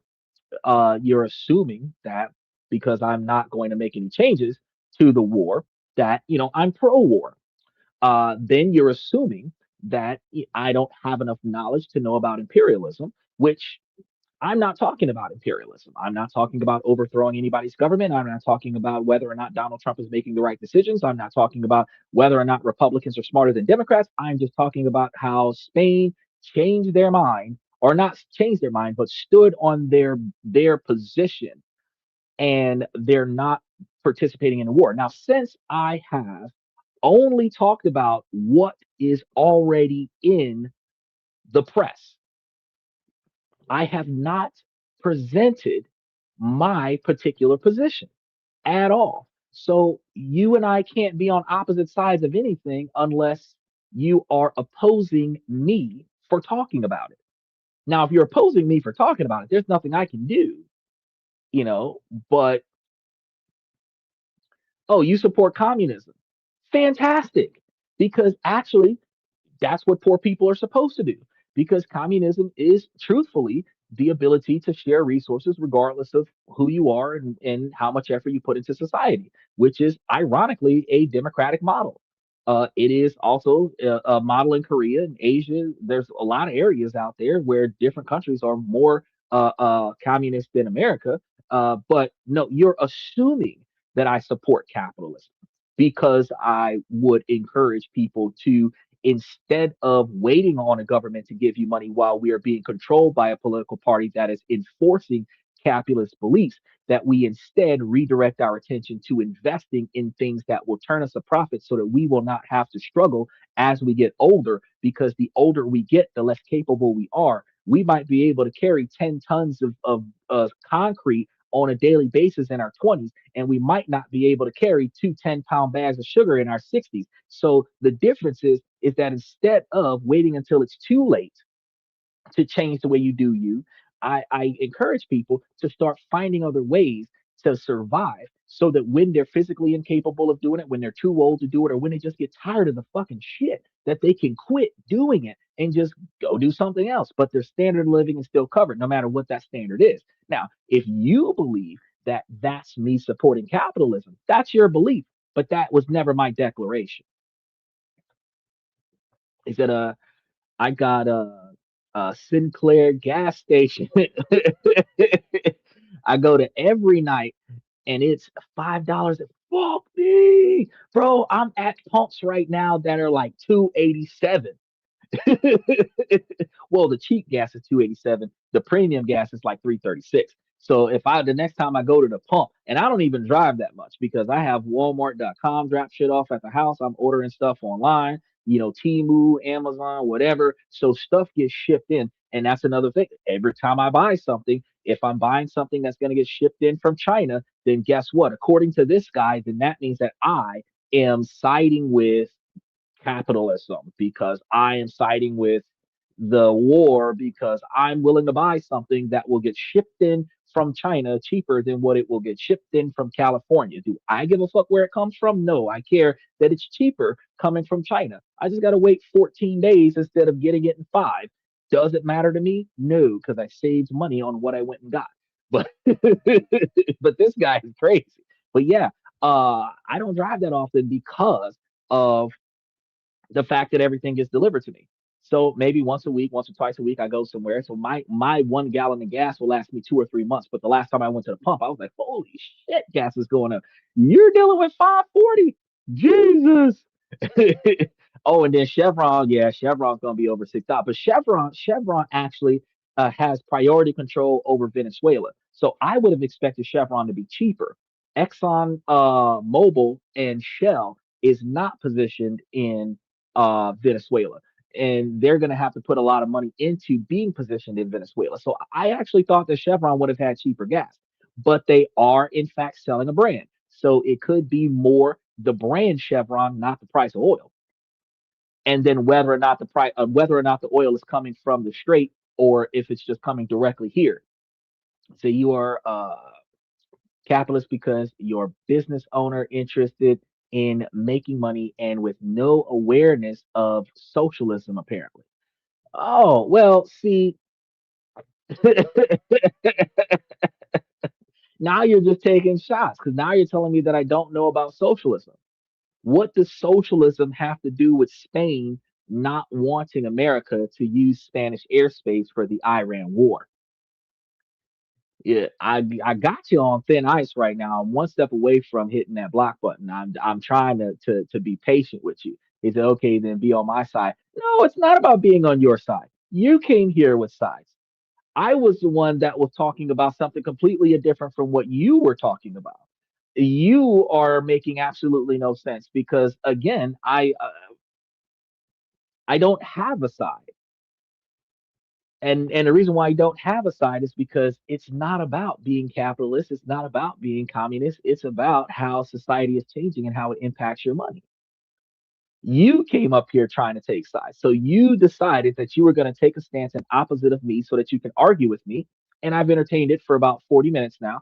And you're doing it under the observation, while derailing the podcast, to keep my attention to you about something that has nothing to do with today's topic. Your response to my comments as if I need to be banned soon does not suggest friendliness to communism. No, my ability to suggest banning you soon because your comments are not related to today's topic. That is why I would ban you. You notice the other guy's comment about gas going up is directly in line with today's topic, because we're talking about the war making prices go up. Notice the difference between your comments of accusing me of having a political belief that I did not declare in today's show, versus your ability to devalue my logic, my reasoning, my ability to have awareness of socialism, which has absolutely nothing to do with what's going on between Iran, Spain, and the United States. You are directly attacking me with your declarations, which has nothing to do with today's topic. And that's why I will be talking about banning you because part of YouTube's guidelines is that we're not supposed to be having what is identified as hate speech, which is a direct attack against a specific individual. So I am pointing out that you're on thin ice, and by the time I get through with some of your comments, I might just go ahead and block you just because. Because I apologize if I oversimplified or jumped to conclusions. You jumped far over the line of a conclusion. I can hold forgiveness for you. I don't even care if you'll dislike the show and subscribe to the channel so that you can dislike it every day. Because, truth be told, the algorithm is going to push every reaction to the show. If you don't like what you're watching, instead of arguing with me about it, you can always go somewhere else. But if you're going to have a healthy discussion, by all means, let's have a healthy discussion. He says, is Spain's elected government normally socialist or not? That has absolutely nothing to do with today's discussion. The political dispute that has happened in Spain is that the people rioted when Spain helped United States attack Iraq in 2003, and Spain is not going to go through that again. So Spain is not going to help the United States attack Iran. That is what we're talking about right now. Now, what does that have to do with socialism or not? That's why I said you were on thin ice. He said there's another gas station I go to, and it's a small mom and pop station. He used to use a Chevron name, but then they were charging him for using the brand, so he renamed it and still buys from Chevron. But then he could charge a whole lot less. So that's gonna be the labeling. So because he's got Chevron on his building, Chevron's charging him for that. So he would charge customers more, and that's why Chevron gas will cost more because the customer is ultimately going to assume the cost of the company. He said, so you get to fill up $5.40 a gallon of Chevron. Ooh, not I'm doing $2.87.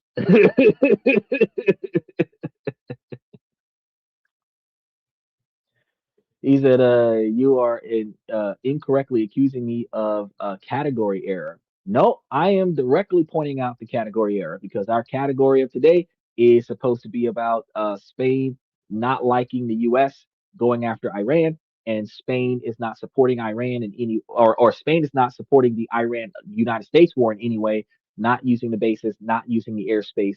And because that's what I'm talking about today, you are telling me that I'm a capitalist and you're telling me that I am specifically unknowledgeable about socialism. Being a capitalist or not being a capitalist, being a communist or not being a communist has nothing to do with Iran not letting the United States use the airspace in order to bomb Iran. They're not the same topic. He said, I actually have a show of my own and we're live tomorrow. Fantastic. So that means you won't be here tomorrow. Good job. He said, that sounds nice. I wish those prices were here. Look, yeah, look, you gotta. So this is another thing that we talk about on this show is that when you start thinking about the cost of living that you have right now versus the preferred cost of living, what we discussed is one of the things that you can do because if you work for a brick and mortar company, you have to show up every day. When you work for yourself, when you establish an income off of the computer, then you can have the capabilities of moving to another place, still making the same money that you was making, but living at a cheaper cost. So California is one of the most expensive places in America. New York, Florida, Texas, and you could effectively move to Central America, something like Tennessee, Kentucky, Arkansas, Wyoming, maybe even the south side of Illinois, and Nebraska. You can find cheaper prices than what you would find in California. But what it takes is a different. Uh, you would have to relocate your whole employment, and that's going to be hard to do. He said, "Oh, so he said, look up. No, we're not going to do that. Abby, do it. Abby do, Abby don't. No, we're not going there. We're not. We got it. We're live 7 nights a week, buddy. So we're not going to be going to your show. I appreciate. So sounds like Abby, you might be Abby. So open discussion panels. No, we're not going to do that. I'm just going to let you know that we actually have an open discussion panel. It's just that you didn't dive in on that. Probably because you wasn't paying attention to that part. He said, I'm spending about 2,200 a month on gas. So that means that you're paying like 22,000 or 24,000 a year on just gas. That sucks. That sucks. But if you're spending almost 24, 25,000 a year on gas, you're drawing back probably 100 or $150,000 income in California, which would be probably a quarter, if not a third, of your income. Standard of living over there, you're probably paying something close to $70,000 for your house, because usually the income is going to be the cost of living. The cost of the house is 60% of your income usually, because they want you to make three times the rent. So the house, apartment, loft, whatever that you're paying for should probably cost you about 60,000. And if you're spending 24,000 on gas, or yeah, about 24, 25,000 on gas, 60,000 on your unit, and which is like 85,000, gives you about 15,000 for miscellaneous things. You're probably making about 100, 120,000 in California, and you're living paycheck to paycheck. That is the dynamic. 1099, and then you got to pay taxes at the end of the year because they're not taking it out of your check. He said, I see, I guess you're busy. My co-host is a Black American woman. Doesn't change anything. Whenever we cover a topic about women, y'all can dive in and advocate for women, because we cover that at some point, not intentionally, because this is a male driven podcast from the male's perspective. But I mean, if the black woman that you got on your show wants to come over here and argue against my observations that it's a financially irresponsible decision for some situations, then yeah, we can discuss that. But we're live 7 nights a week. I curate my research every day. So what's going to happen on this podcast is that we don't have.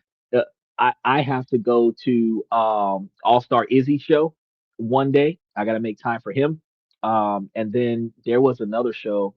I forgot the name of it. They wanted me to join their show, but I gotta deal with the internet situation before we start live streaming with them. So we're gonna be getting fiber optics here before we do anything else. But no, we by the time I finish with this podcast, I'm gonna see myself with clients that we're gonna be dealing with that I have in Asia. So you accuse me of being a capitalist, and it's like instead of struggling to make money in America, I make money from clients in Asia. So I mean that's a capitalist move.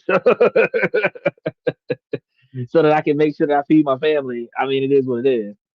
It is nice the IRS allowing us to write off 72 dollars and 50 cents a mile. If you're using a commercial vehicle, you can also write off maintenance. You can, if you replace the vehicle with a new work vehicle, you can get 100% depreciation value off of your work vehicle, which can also give you more tax deductions. Um, then storage of that vehicle, which includes like um, if you have to pay to park it somewhere, tolls and everything to that effect, all that's part of the job. If you claim all of those things, then you can get a lot more deductions above and beyond simply claiming the gas mileage. So just take that into consideration when you're doing your taxes, because taxes is due by next Wednesday. So if y'all ain't did it yet, the 15th is right around the corner. Y'all got to get y'all taxes done if y'all ain't done it yet. Is that, do you mind if I ask your position on reparations, or is that derailing? That is completely derailing. Um, because we're not talking about race or slavery or anything to that effect. We're talking about Spain. We're talking about um, Iran. We're talking about the United States going to Iran and using Spain. That so reparations have absolutely nothing to do with that. And ultimately, since the modern 25-year-old and up is not impacted by the past. The question of reparations dies with the 65-year-olds. So, should the people that were born before 1965 get reparations, it would give them a pretty good retirement. But if they've already got Social Security, disability, and potentially veterans benefits, uh, whether they earned it or not, the fact is that they're already getting something. How much more do you want to give somebody that's old and dying? Everybody that was born after 1965 has no entitlement to reparations because they're not directly impacted by slavery. They're directly impacted by poor choices by themselves and their parents, their lack of education and their lack of desire to seek education. So reparations is not really a discussion in 2026 because anybody that was born in 2000, anybody that was born in 1990, 1980, don't and I'm in 1980s group doesn't have any entitlement to reparations. Now, if I inherited reparations from somebody else, because I told you, those people who watched the show before, the only vote that Hillary Clinton would not Hillary, Camilla Harris would have got from me is because she would have been giving $1.3 million to the last generation of descendants of reparations. I had that discussion that day. You should go back and watch the show when I talked about that. Uh, and it had nothing to do because I did not agree with any other view that she had, but having a living relative that was impacted in that year, that living relative would have left me that $1 million. So I really would have voted just to inherit the money. But again, it's a decision that is based on the direct impact of stuff that is outside of my control that impacts my ability to make, save, and invest money. It would not be a decision that would be based on, oh, I feel bad for somebody else. I have no uh value in how other people impact other people. My value is how I impact other people and how other people impact me. It's a direct correlation between one another, which is why I tell you that your comments are inappropriate because your reparations discussion is not a direct impact on Spain. It's not a direct impact on uh uh, uh Iran. It's not a direct impact on the United States flying to Spain to get to Iran. It's completely different. So honestly, I'm glad that you don't jump on the chance to claim you are a capitalist. That's all I'm against. Why? Why? What benefit do I have for jumping on the chance of claiming capitalists? I really think that that's ridiculous. To Why do I have to self-proclaim capitalist? Why do I have to self-proclaim that? Can you justify that for me? Why do I have to self-proclaim capitalist so that I can discuss what's going on with Iran and Spain and America and ships flying to Iran through Spain? Why do I have to claim capitalism? You know, to me, I think that you're doing a hard troll right now. You know, and I'm only entertaining it. I shouldn't be. I should have blocked you a while back. I should have blocked you an hour ago. Uh, but I was hoping that you were going to be positive, and you're failing. You know, so that was my perspective. But I understand that some people need attention, so I gave it to you for about 52 minutes. But now we're going to get back to the show.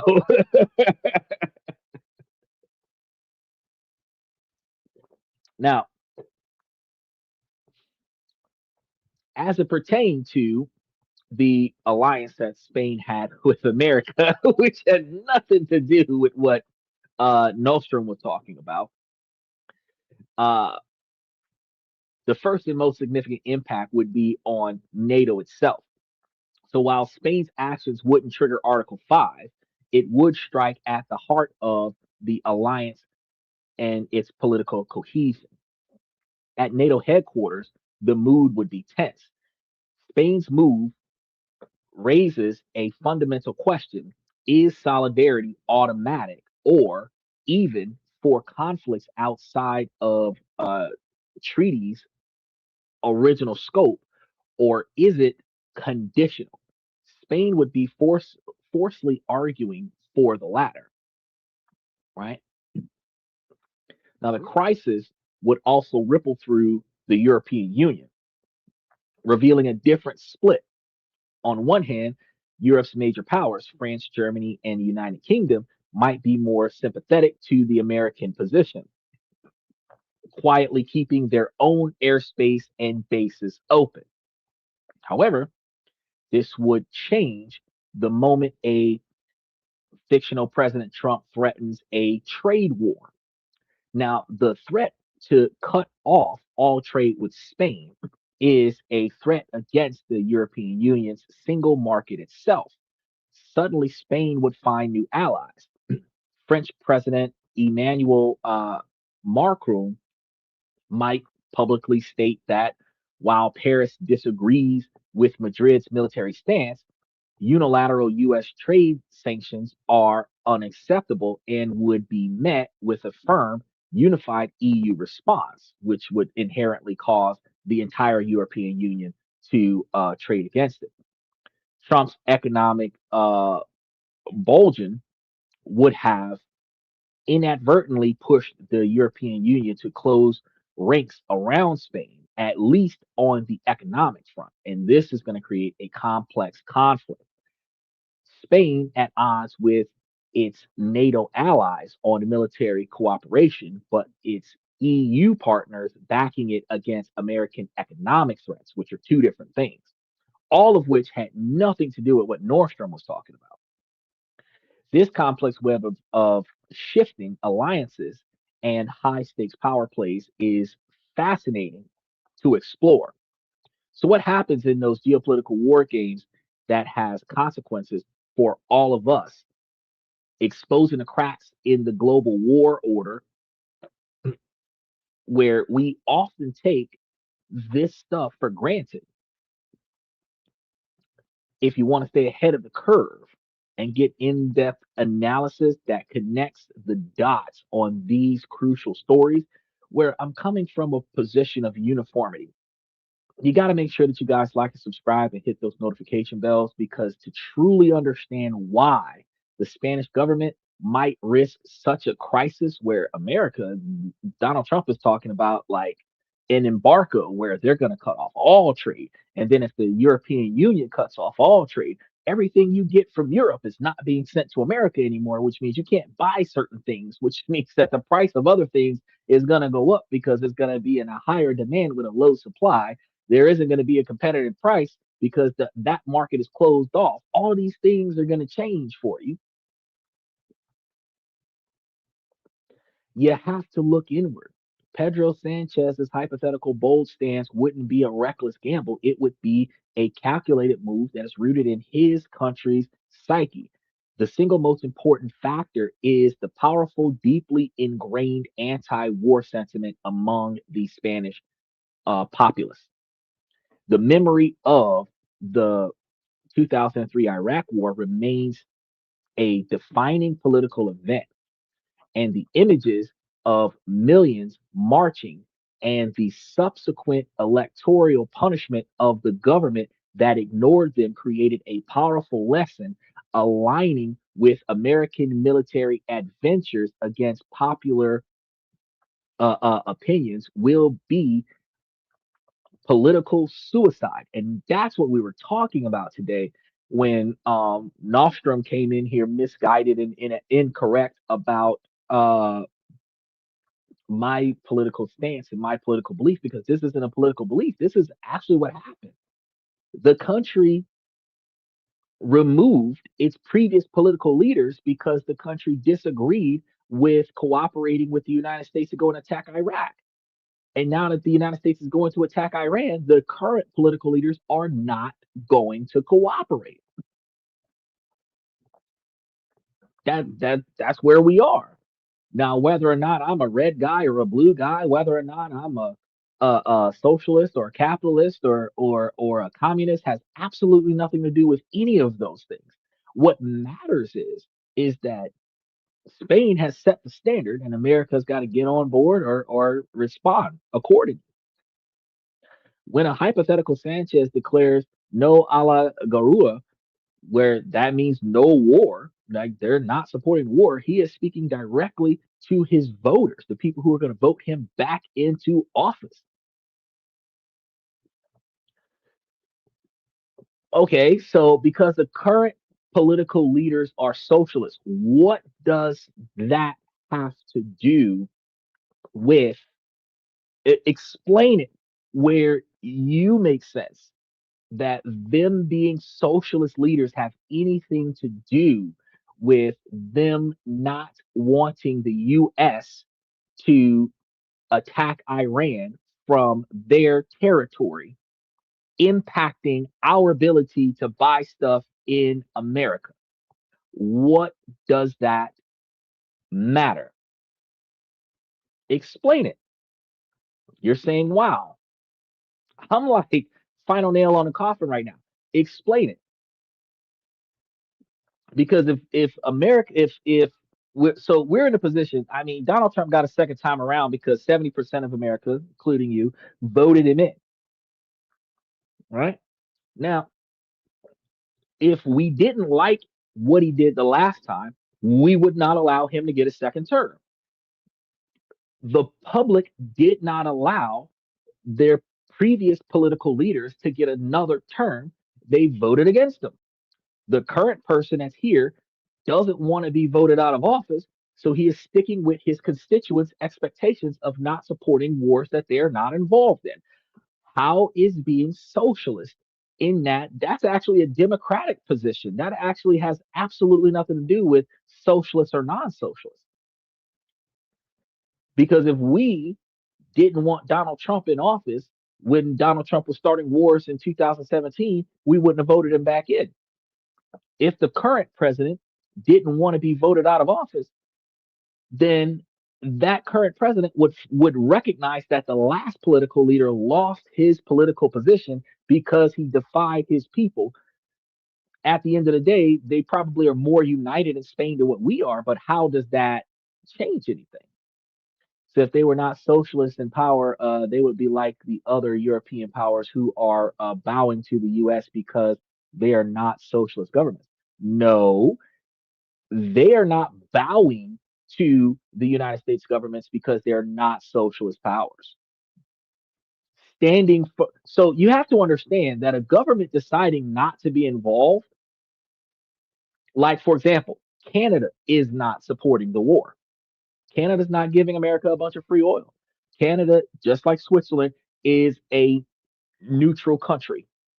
All of their trade agreements and everything to that effect, their alliances with other countries, is from a I am not going to support your military actions perspective. So nobody's bombing us because we sent our flag with your flag to go fuck somebody up. That's not happening. Now, does that make Canada socialist? I think not. They're coming from a strict position of neutrality. You can lead a horse to water, but you can't make him drink. I know. And for some reason, you are so hard headed. I'll let you ride the wave for like an hour and 2 minutes already. And I don't understand what's going on with you because ultimately the the dynamic is clear is that if I don't want to lose my political seat, then I'm going to follow what my voters tell me to follow. That's not socialist. Donald Trump does what he does because the 1% and all of the Trump followers, and then all of the people who claim to be Republican who are not Trump followers, all are going the same way. They're going wherever Donald Trump is going, right? Now, it doesn't matter if Donald Trump makes good decisions or not. What matters is that the largest quantity of individuals are following his lead. So it doesn't matter whether or not he's making a decision from a socialist perspective or a capitalist perspective. What matters is that 70% of the country is going to follow that outcome regardless. See, so so Canada's definitely not socialist. It's a what to the American empire? I wouldn't say that, although things are changing now as Spain is showing. Well, Spain is putting up a position right now where Spain is not going to be a part of international conflicts. And that's what I was reading all from the information that I had found earlier today is that Spain is not supporting international conflict. So a unilateral attack from one country to another, Spain is not going to support. Not just that Spain is not going to support America, Spain is not going to support anybody where NATO, all of the culture, the worldwide country come together and decide that we're going to go and attack Iran. That's when the world comes together and attacks. That's when Spain jumps in. The World War III scenario. But an individual country going to attack another individual country, Spain is staying out of it. That's Spain's position. How is that a socialist decision? The economy has nothing to do with neutrality. And then the other countries like Germany, what was the other ones that I was talking about? Uh, I can't remember all of them from the United Nations. All the rest of them that are willing to dive in, they're like, sure, it whoever jumps in. Like if they don't care if America uses their bases, that's going to be a different dynamic. Like Britain said, oh, for sure, the America can use our airspace and America can use our bases. Does that mean that Britain is now non-socialist just because they're willing to allow America to use the bases? No, their their ability to to um their ability to agree or disagree to support an attack on Iran. Think about the fact that the countries that are allowing the United States to do what they're doing are countries that are negatively impacted by the resources that are not coming out of the Strait of Hormuz because Iran is choking the strait. So a socialist environment has nothing to do with the oil we get from Iran, from the area that Iran is controlling. We don't get because Iran is controlling it. Well, if America's going to blow them up and release the oil, do I have to be a socialist to allow you to do that? No, I don't. That's why I keep telling you you're confused. You're widely confused. Special shout out to Ghost Machine, donor class. I I have not seen that concept before. I'm gonna have to do some digging on a donor class. It's called solidarity with the oppressed against the oppressor in actions and not just words. How would I don't understand. So solidarity with the oppressed. Who's oppressed? Because if we because when you say solidarity from the oppressed, not the oppressor in actions, when you think about how Iran is stopping 20% of oil reserves from being distributed to the world, and the United States is going over there and blowing up Iran so that they can control that exact same 20% of oil. Who is the oppressed and who is the oppressor?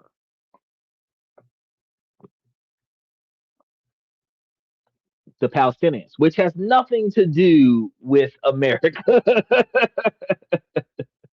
The Palestinians and the Iranians. So the Palestinians and the Iranians, who are the oppressors, are uh, stopping 20% of oil from attacking everybody. I'm trying to figure out where you're coming from with this. I'm trying to figure out where you're coming from with this. Oh, you're saying that the oppressor is Israel and the United States. Now, what does that have to do with socialism? Uh, and then again, the dynamic is still the same. How does remaining neutral have anything to do with oppressing or or being oppressed? How does I don't want to be involved in this fight have anything to do with oppressed or being oppressed? Because my understanding is that a solidarity with oppressed against the oppressor would mean that people would band together with Iran to fight off the United States. just simply not allowing the United States to park their car in my driveway before they start that driveway. I mean, that drive by has nothing to do with me supporting or not supporting anybody. I don't want you to start your attack from my property where I can be included in your outcome. That is not socialism. That sovereignty, you know, the reputation of Switzerland, where no matter what's going on with the warring parties, when everybody comes here, we're all at peace because we're not fighting nobody. So nobody's fighting us and nobody's fighting here in front of us. That mentality, which is the same mentality that Canada has. And you said Canada's not socialist. So you have to understand how that's not taking a stance against oppression. It's just not being a part of the conflict. He said the US is the biggest enemy of socialism. Okay, that's an opinion. But the United States is not attacking Iran for its social beliefs. The United States attacking Iran for resources, the same way the United States attacked Russia so that Russia could stop attacking Ukraine for the resources in Ukraine. The same way the United States attacked Iraq and Afghanistan and came back with oil. The same way the United States went over there and took over Venezuela and now they control the oil. The same way Donald Trump just declared that he's going to go to Cuba next. He's not conquering these countries for socialism. He's not conquering these countries to put a stop to socialism. He's conquering the country for, I'm guessing, you're going to say capitalism, right? So now you're going to say, well, if you support the war, you support capitalism. No, you don't have to support the war to recognize that they're going to do what they're going to do. He said the U.S. is attacking Iran to stop China from becoming the global leader. What's that got to do with socialism, though? See, now we're talking. So the United States has contracts with China and Japan and other countries in Asia. We've got at least the next 12 months worth of trade agreements together that might continue to go forward in a positive fashion. So we're not directly fighting China, but we are directly going to blow the fuck out of Iran so that China doesn't have control of the oil and resources. So that's like that's like playing chess. China's on the sidelines watching the U.S. versus Iran, and whoever wins, China's going to get the oil from them. But the U.S. is going to go over there and get it first, or at least they're going to try to. But again, that has nothing to do with socialism. That has nothing to do with Spain not wanting to be involved. That's what I was trying to point out earlier. Fiat currency is a form of revolutionary socialism. Okay, but if fiat is also a car, but what does socialism currency have to do with the United States blowing up Iran and Spain not wanting the United States to park their planes on Spain territory before they blow up Iran? Iran is only allowing ships through the Strait of Hormuz if they pay in yuan. China is the global leader of a socialist economy. Uh,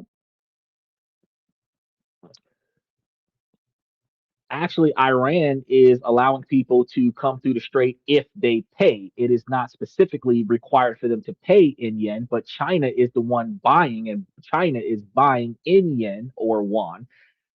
Yen is a stronger denominating currency than yuan, but that doesn't mean that Spain's debate with the US using their airspace is about socialism. China being a global socialist economy has and actually kind of more of a communist economy than a socialist economy. But you know, you want to claim that they're the second largest economy in the world by stat, and then they are somewhat of a socialist economy.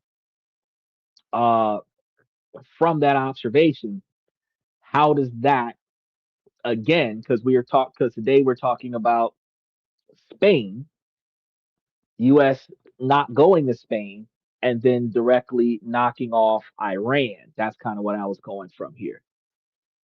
I was just pointing out we already have forms of socialism in the United States. Yes, we do. We do. We have socialism and communism in America. We do. But Nostrum is like completely left field with the topic, trying to make it seem like the Spain U.S. conflict is about socialism and capitalism, which it's not.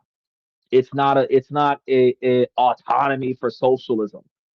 It's like, bro, I don't want to get fired from my job because I let a couple U.S. space airships park their planes on my turf. It's not the same thing. The arguments are completely different. Spain is supporting China and Iran and not the US and the others in Europe, a tact support of socialism in the moment of truth. Oh, no, that's not what's happening. So what's going on right now is that Spain is maintaining a neutral standpoint. They're not for or against the war. They're not going to allow, well, no, actually, I stand corrected. They are against a direct assault, as was declared, because it is supposed to be agreed upon by NATO that an attack is supposed to occur. And if not an attack, sanctions are supposed to occur. China is looting ships, or not looting ships, but kind of like black market style dark ships where they turn off their GPS trackers, go over to Iran, pick up a bunch of oil, fly back, turn on their GPS tracker. So they're going against the NATO rules and acquiring oil from Iran. US just figured it out. US is blowing up Iran so that Iran can release control of the strait. Um, but it's not showing support for socialism. It is showing objection to being called on to aid in a global attack against Iran just because the United States is the only one in NATO that wants to do it. So it out of all of the countries in NATO, the US was the only one that said, I want to go over there and blow them up. And no one else in NATO agreed with that, but the US did it anyway. Now, because no one else agreed with that, now you're seeing that everyone else is socialist because the US wanted to go and blow up Iran. No, Spain joined NATO under the conditions that they would not be involved in conflict, that whatever happened would be a world decision, global decision. So all world leaders would agree that this is supposed to happen. Then they would be involved in it. But under the conditions that one country is going to do something to another country, that Spain was not going to be involved in that.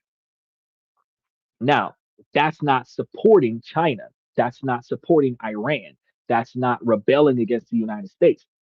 That is maintaining a neutral position. Now, the US Spain alliance was a relationship out of convenience because the US parked their planes in Spain and paid Spain almost renting the space. It was a relationship of convenience. It is no longer convenient because Spain can essentially become financially self sustainable, but they're going to lose a massive quantity of income because they've become financially dependent upon the wasteful spending of Americans.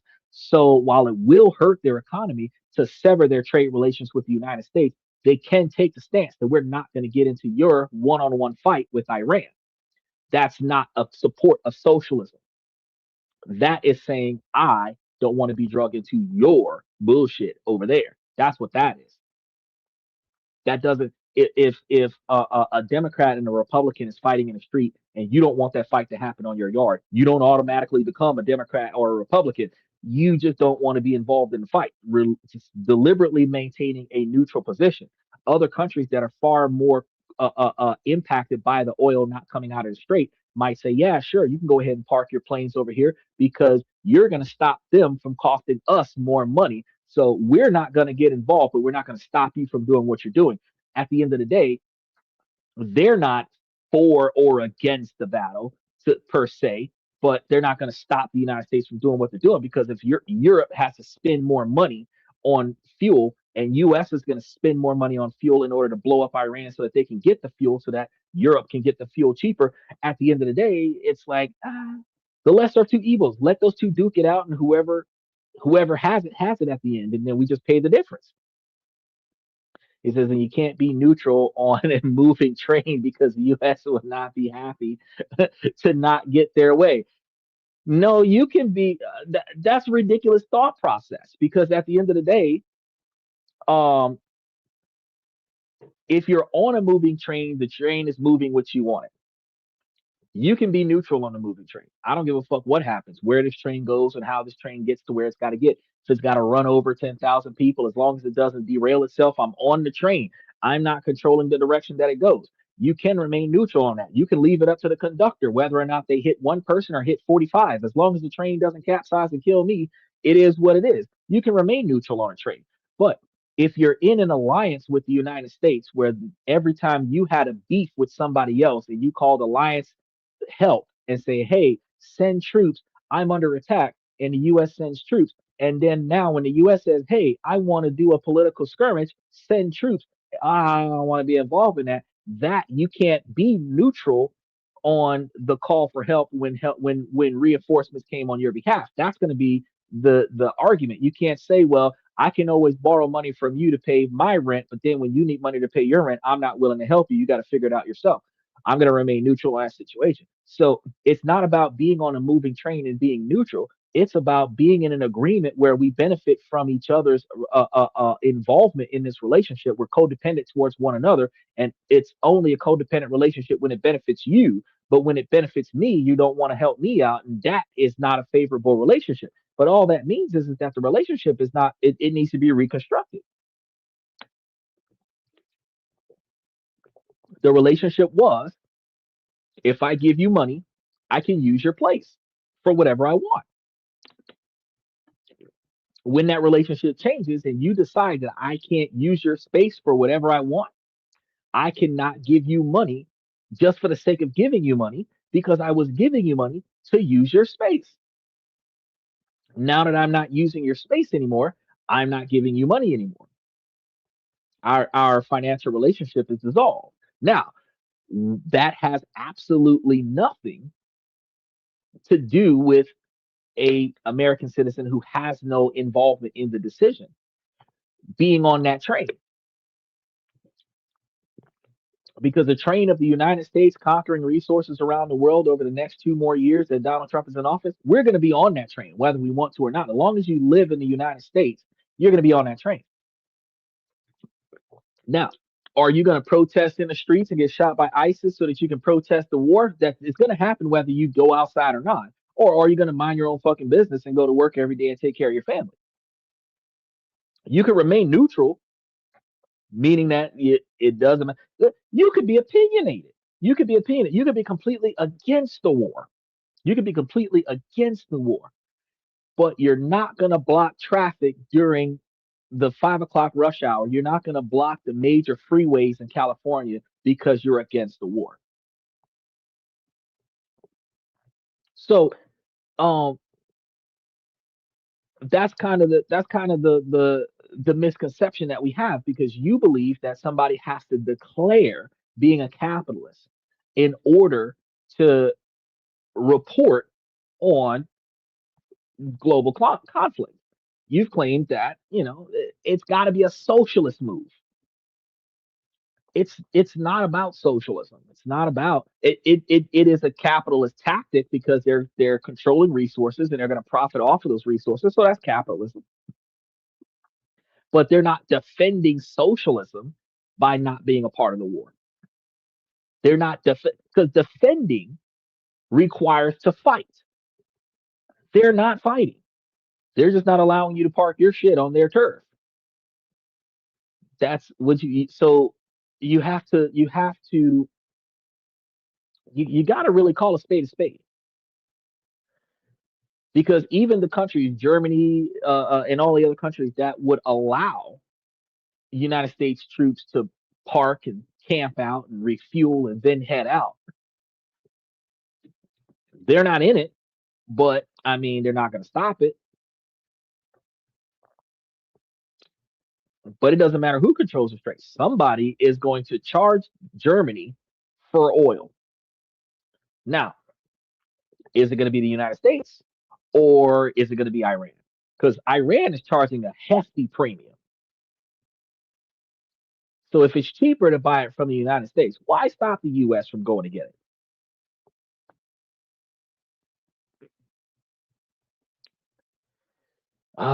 He says it's about seeing which way the winds are blowing and whether or not the future is socialism. Well, I mean, we're not going to make it to that idealistic Star Trek environment simply because the United States controls everything. It'll still be even if United States became the unilateral world power, it would still be a model where people are going to be dependent upon taking a ass to work and getting money in order to get stuff. When we start doing a communist model, doesn't matter which country, or if all countries unite under the rainbow currency, and everybody has one unified global currency, and there isn't any inflation costs in anything, which will devalue us all the way down to just trading stuff for stuff. Um, where equal distribution of everything, the true definition of capitalism.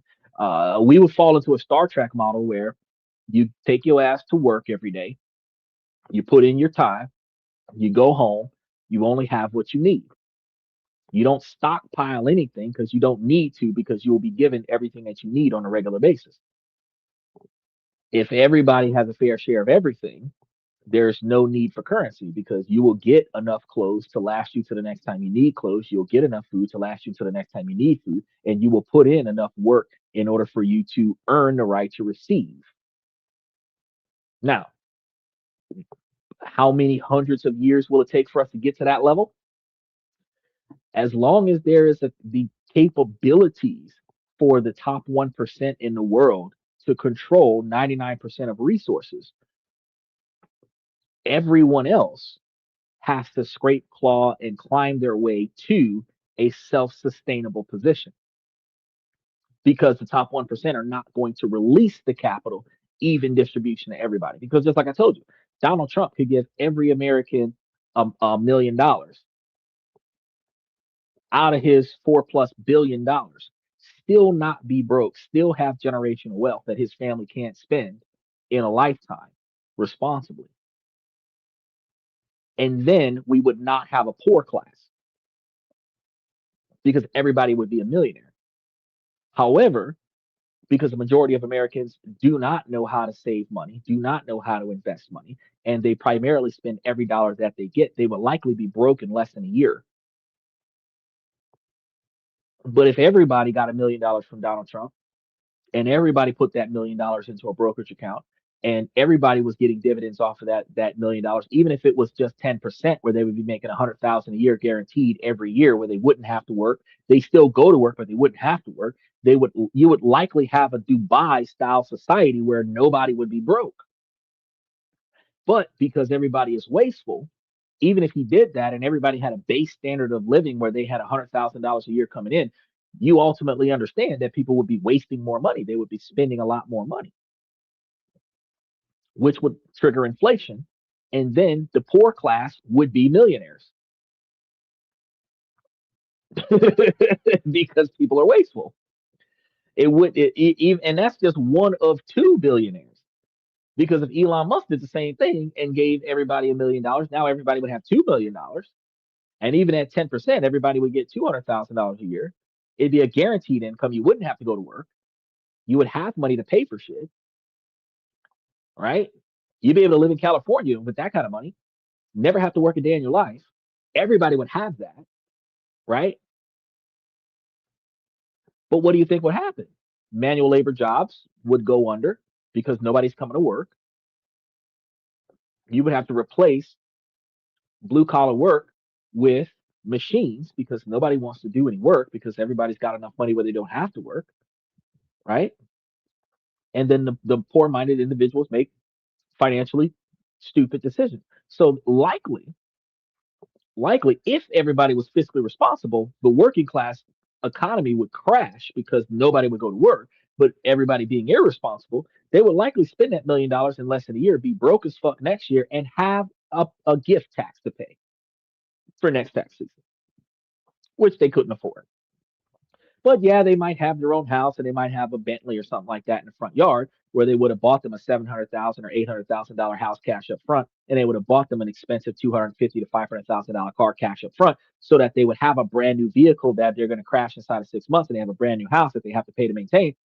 But I mean, they if they can't pay the taxes, what do you think's going to happen? The IRS is going to come and seize the car and seize the house for taxes. So now you still ain't got shit. You back to square one. So in the battle for oil and the reserves thereof, how is the future socialism or not? Because if the average individual is financially irresponsible, right?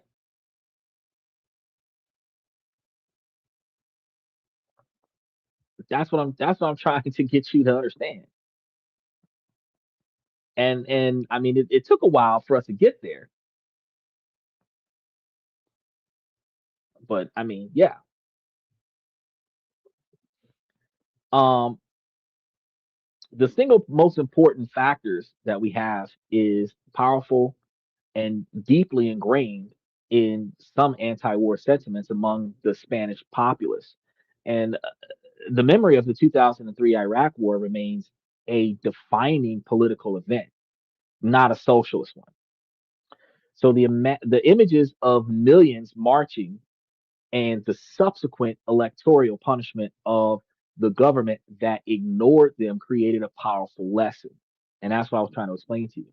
Aligning with American military adventures against popular will is political suicide. So you're not supposed to go against the majority. That's not socialism, right? So when Sanchez declares uh, no a la Garura, he's speaking directly to his voters that he's not taking them to war. He would know that standing up to the United States would be immensely popular at home, and it would be.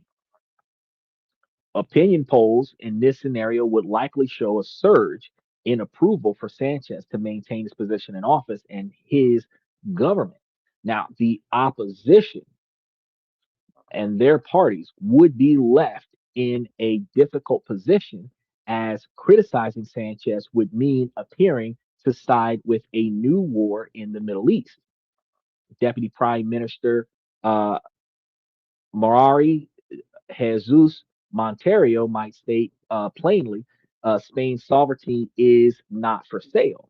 Now, this domestic political victory would allow Sanchez to frame the conflict in a way that is highly favorable to him, and he'd no longer be just a prime minister, he'd be a statesman on the world stage, defending peace against unilateralism. And going against unilateralism is not supporting socialism. It is not going against capitalism. It is going against unilateralism. And that's why I had to teach you. He would become the face of resistance in a position that would resonate not just in Spain, but across Europe. Geography is destiny. So, to grasp the magnitude of Spain's historical decision, you must look at a map.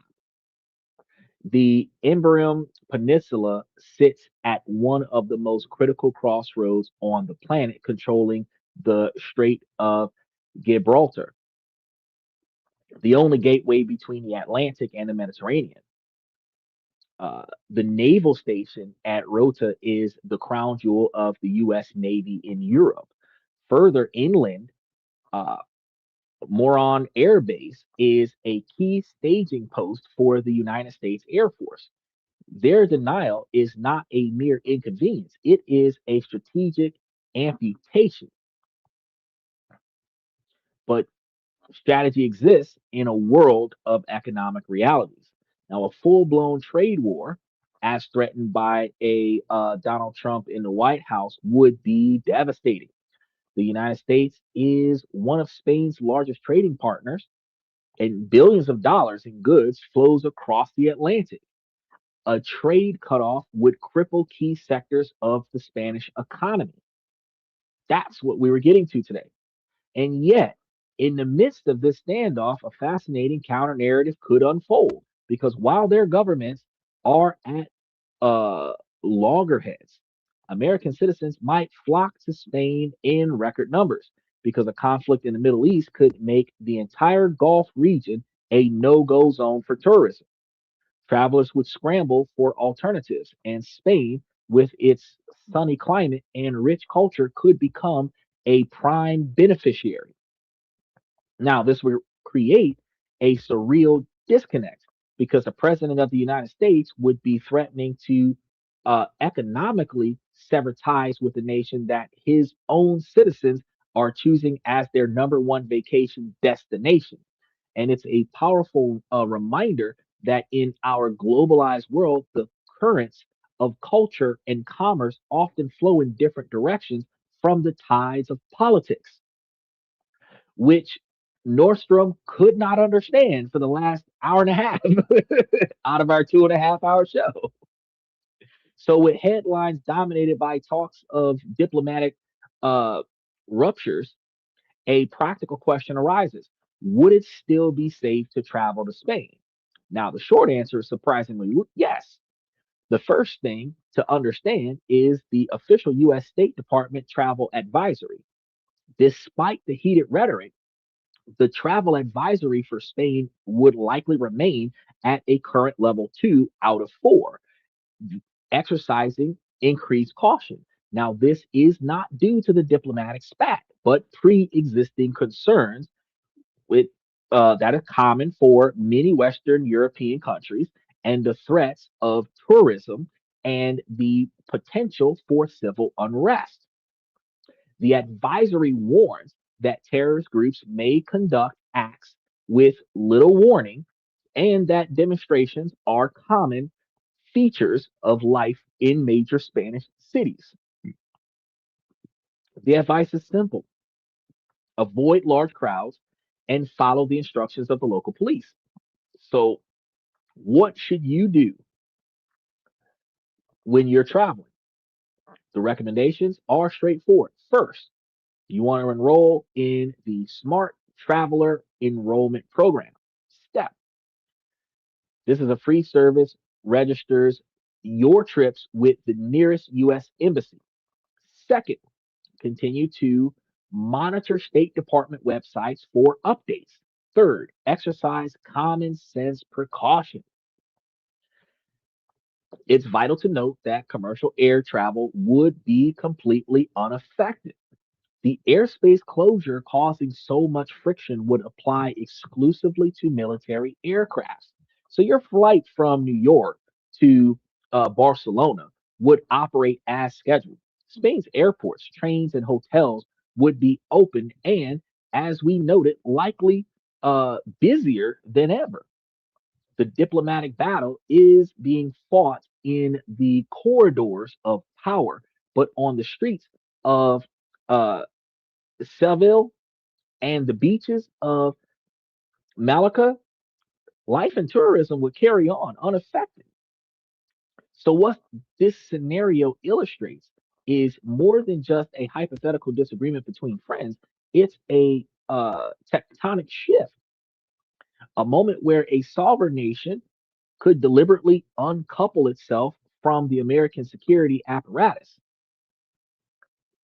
which, again, being a sovereign nation is not supporting socialism. It is being non supportive to conflict that does not involve them. Spain's dramatic refusal would be a move born from its own unique history, the deep political scars of the Iraq War and the anti war sentiment of its people. It would be a calculated decision, one that could prove immensely popular at home, even as it infuriates its powerful allies, pissing off everybody. In response, the fury from the White House would be swift, threatening an economic war. This, in turn, could force a divided Europe to find a measure of unity. The result is a complex, multi layered crisis for the Pentagon and for NATO. So the Pentagon and NATO will both have to reassess their situation. And this is also going to be a conflict and crisis for the authority of the United States. So, where does this leave us? The path forward is such a scenario that splits into several possibilities. One is further escalation, triggering a bitter trade war between the United States and the European Union. A second, more likely path is a tense de-escalation where the United States quietly backs away from its most severe threats, but the relationship is permanently scarred. The trust would be gone. A third possibility is that this becomes the new uncomfortable status quo. The US military adopts the threats and adapts to the Spain uh, threats as a strategic black hole. The rift remains a permanent symbol of diminished American influence and a catalyst for Europeans' push for a strategic autonomy.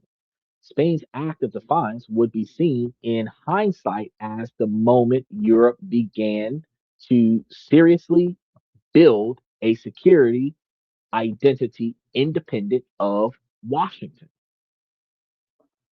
We're at an infectious point, and a lot of people are going to be really debating this from a completely different perspective. But the old certainties of the post Cold War era, where American leadership was taken for granted, are crumbling in real time right now. And this thought experiment shows how one nation's act of defiance could speak to a larger truth. And the world is becoming more multipolar, and even long standing allies are increasingly willing to chart their own courses. So the future of Western alliances is no longer a given, it is a question mark. So, what do you think would happen in this scenario? Would US and Spain reconcile, or would this be the beginning of a permanent break? Let us know your analysis in the comments. I read all of them. And as always, we provide you with uniformed information that was curated from extensive research. And I like to break it down and try to make it make sense for you. After 3 hours of discussion, we've come to find that this directly hits your wallets and directly changes the way you decide to do things. So it is up to you to choose, where do you want to put your money? Now, with that being said, we're going to wrap things up and start by saying, ladies, as long as the situation doesn't make sense, I'm going to keep asking you, ladies, to make it make sense. So, ladies, please make it make sense. Fellas, I give you all this information to help you guys become higher value men. So, if you can pay attention to the things that are inside of your control that you don't like, you can proactively put forth change to improve those things. And then you would have the capability to navigate around the things that are outside of your control, as I've discussed for the last 2 hours and 45 minutes. Ladies, while this is a male driven podcast from the male's perspective, you too can come in and communicate and learn from the information where you can become higher value women. Simply paying attention to how you're going to build your 20 and 30-year goals, and then reverse engineer that to what actions and steps you can perform today, and then stick to your goals. If you keep your eyes and ears open for the characteristics, personality, drives, and ambitions of the suitors that are approaching you, you can find a potential partner that can aid you in successfully achieving those goals in a more efficient and meaningful fashion. It is quite easier for two people to make it to a million than it is for one. But you have to prioritize how you're going to benefit from your performance as well as theirs. Now, that was a pretty stretched discussion. I thought we were only going to be here for an hour and a half, two at the most. Uh, so I really appreciate, special shout out to Michael for chiming in early on in the show. I want to thank you guys for coming to This and That. I'm your host, Xander, where we talk about this, that, and everything in between. And I will see you guys tomorrow.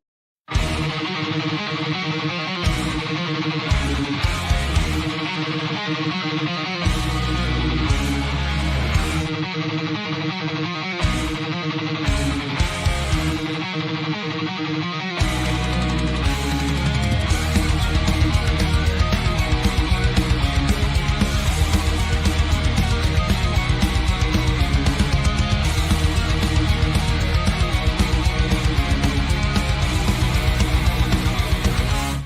ground.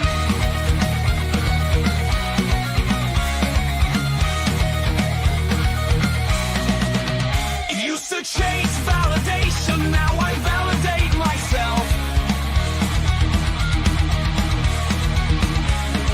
Building inner strength, putting doubt upon the shelf.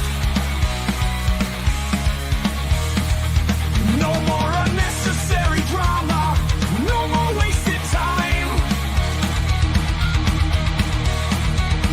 Climbing higher, constantly making my own climb. Standing on higher ground where excellence is found. My potential knows no bounds, raising the bar, breaking ground.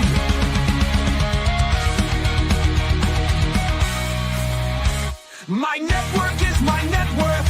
Choose your company wise.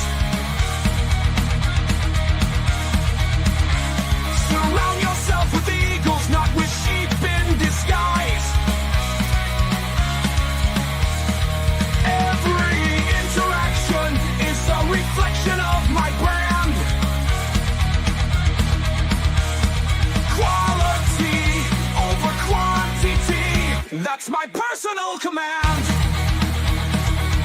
I'm not landing on higher ground where excellence is found. My potential knows no bounds, raising the bar, breaking ground.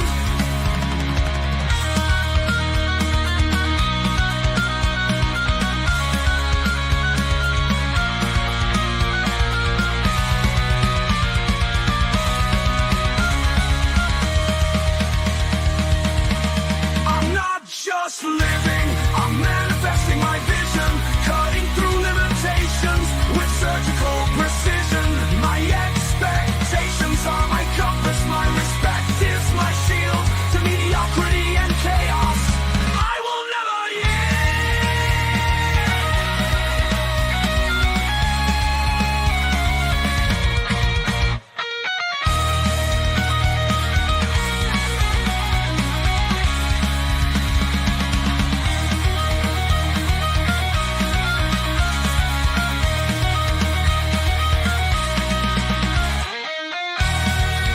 I'm not just living, I'm manifesting my vision, cutting through limitations with surgical precision. My expectations are my compass, my respect is my shield to mediocrity and chaos.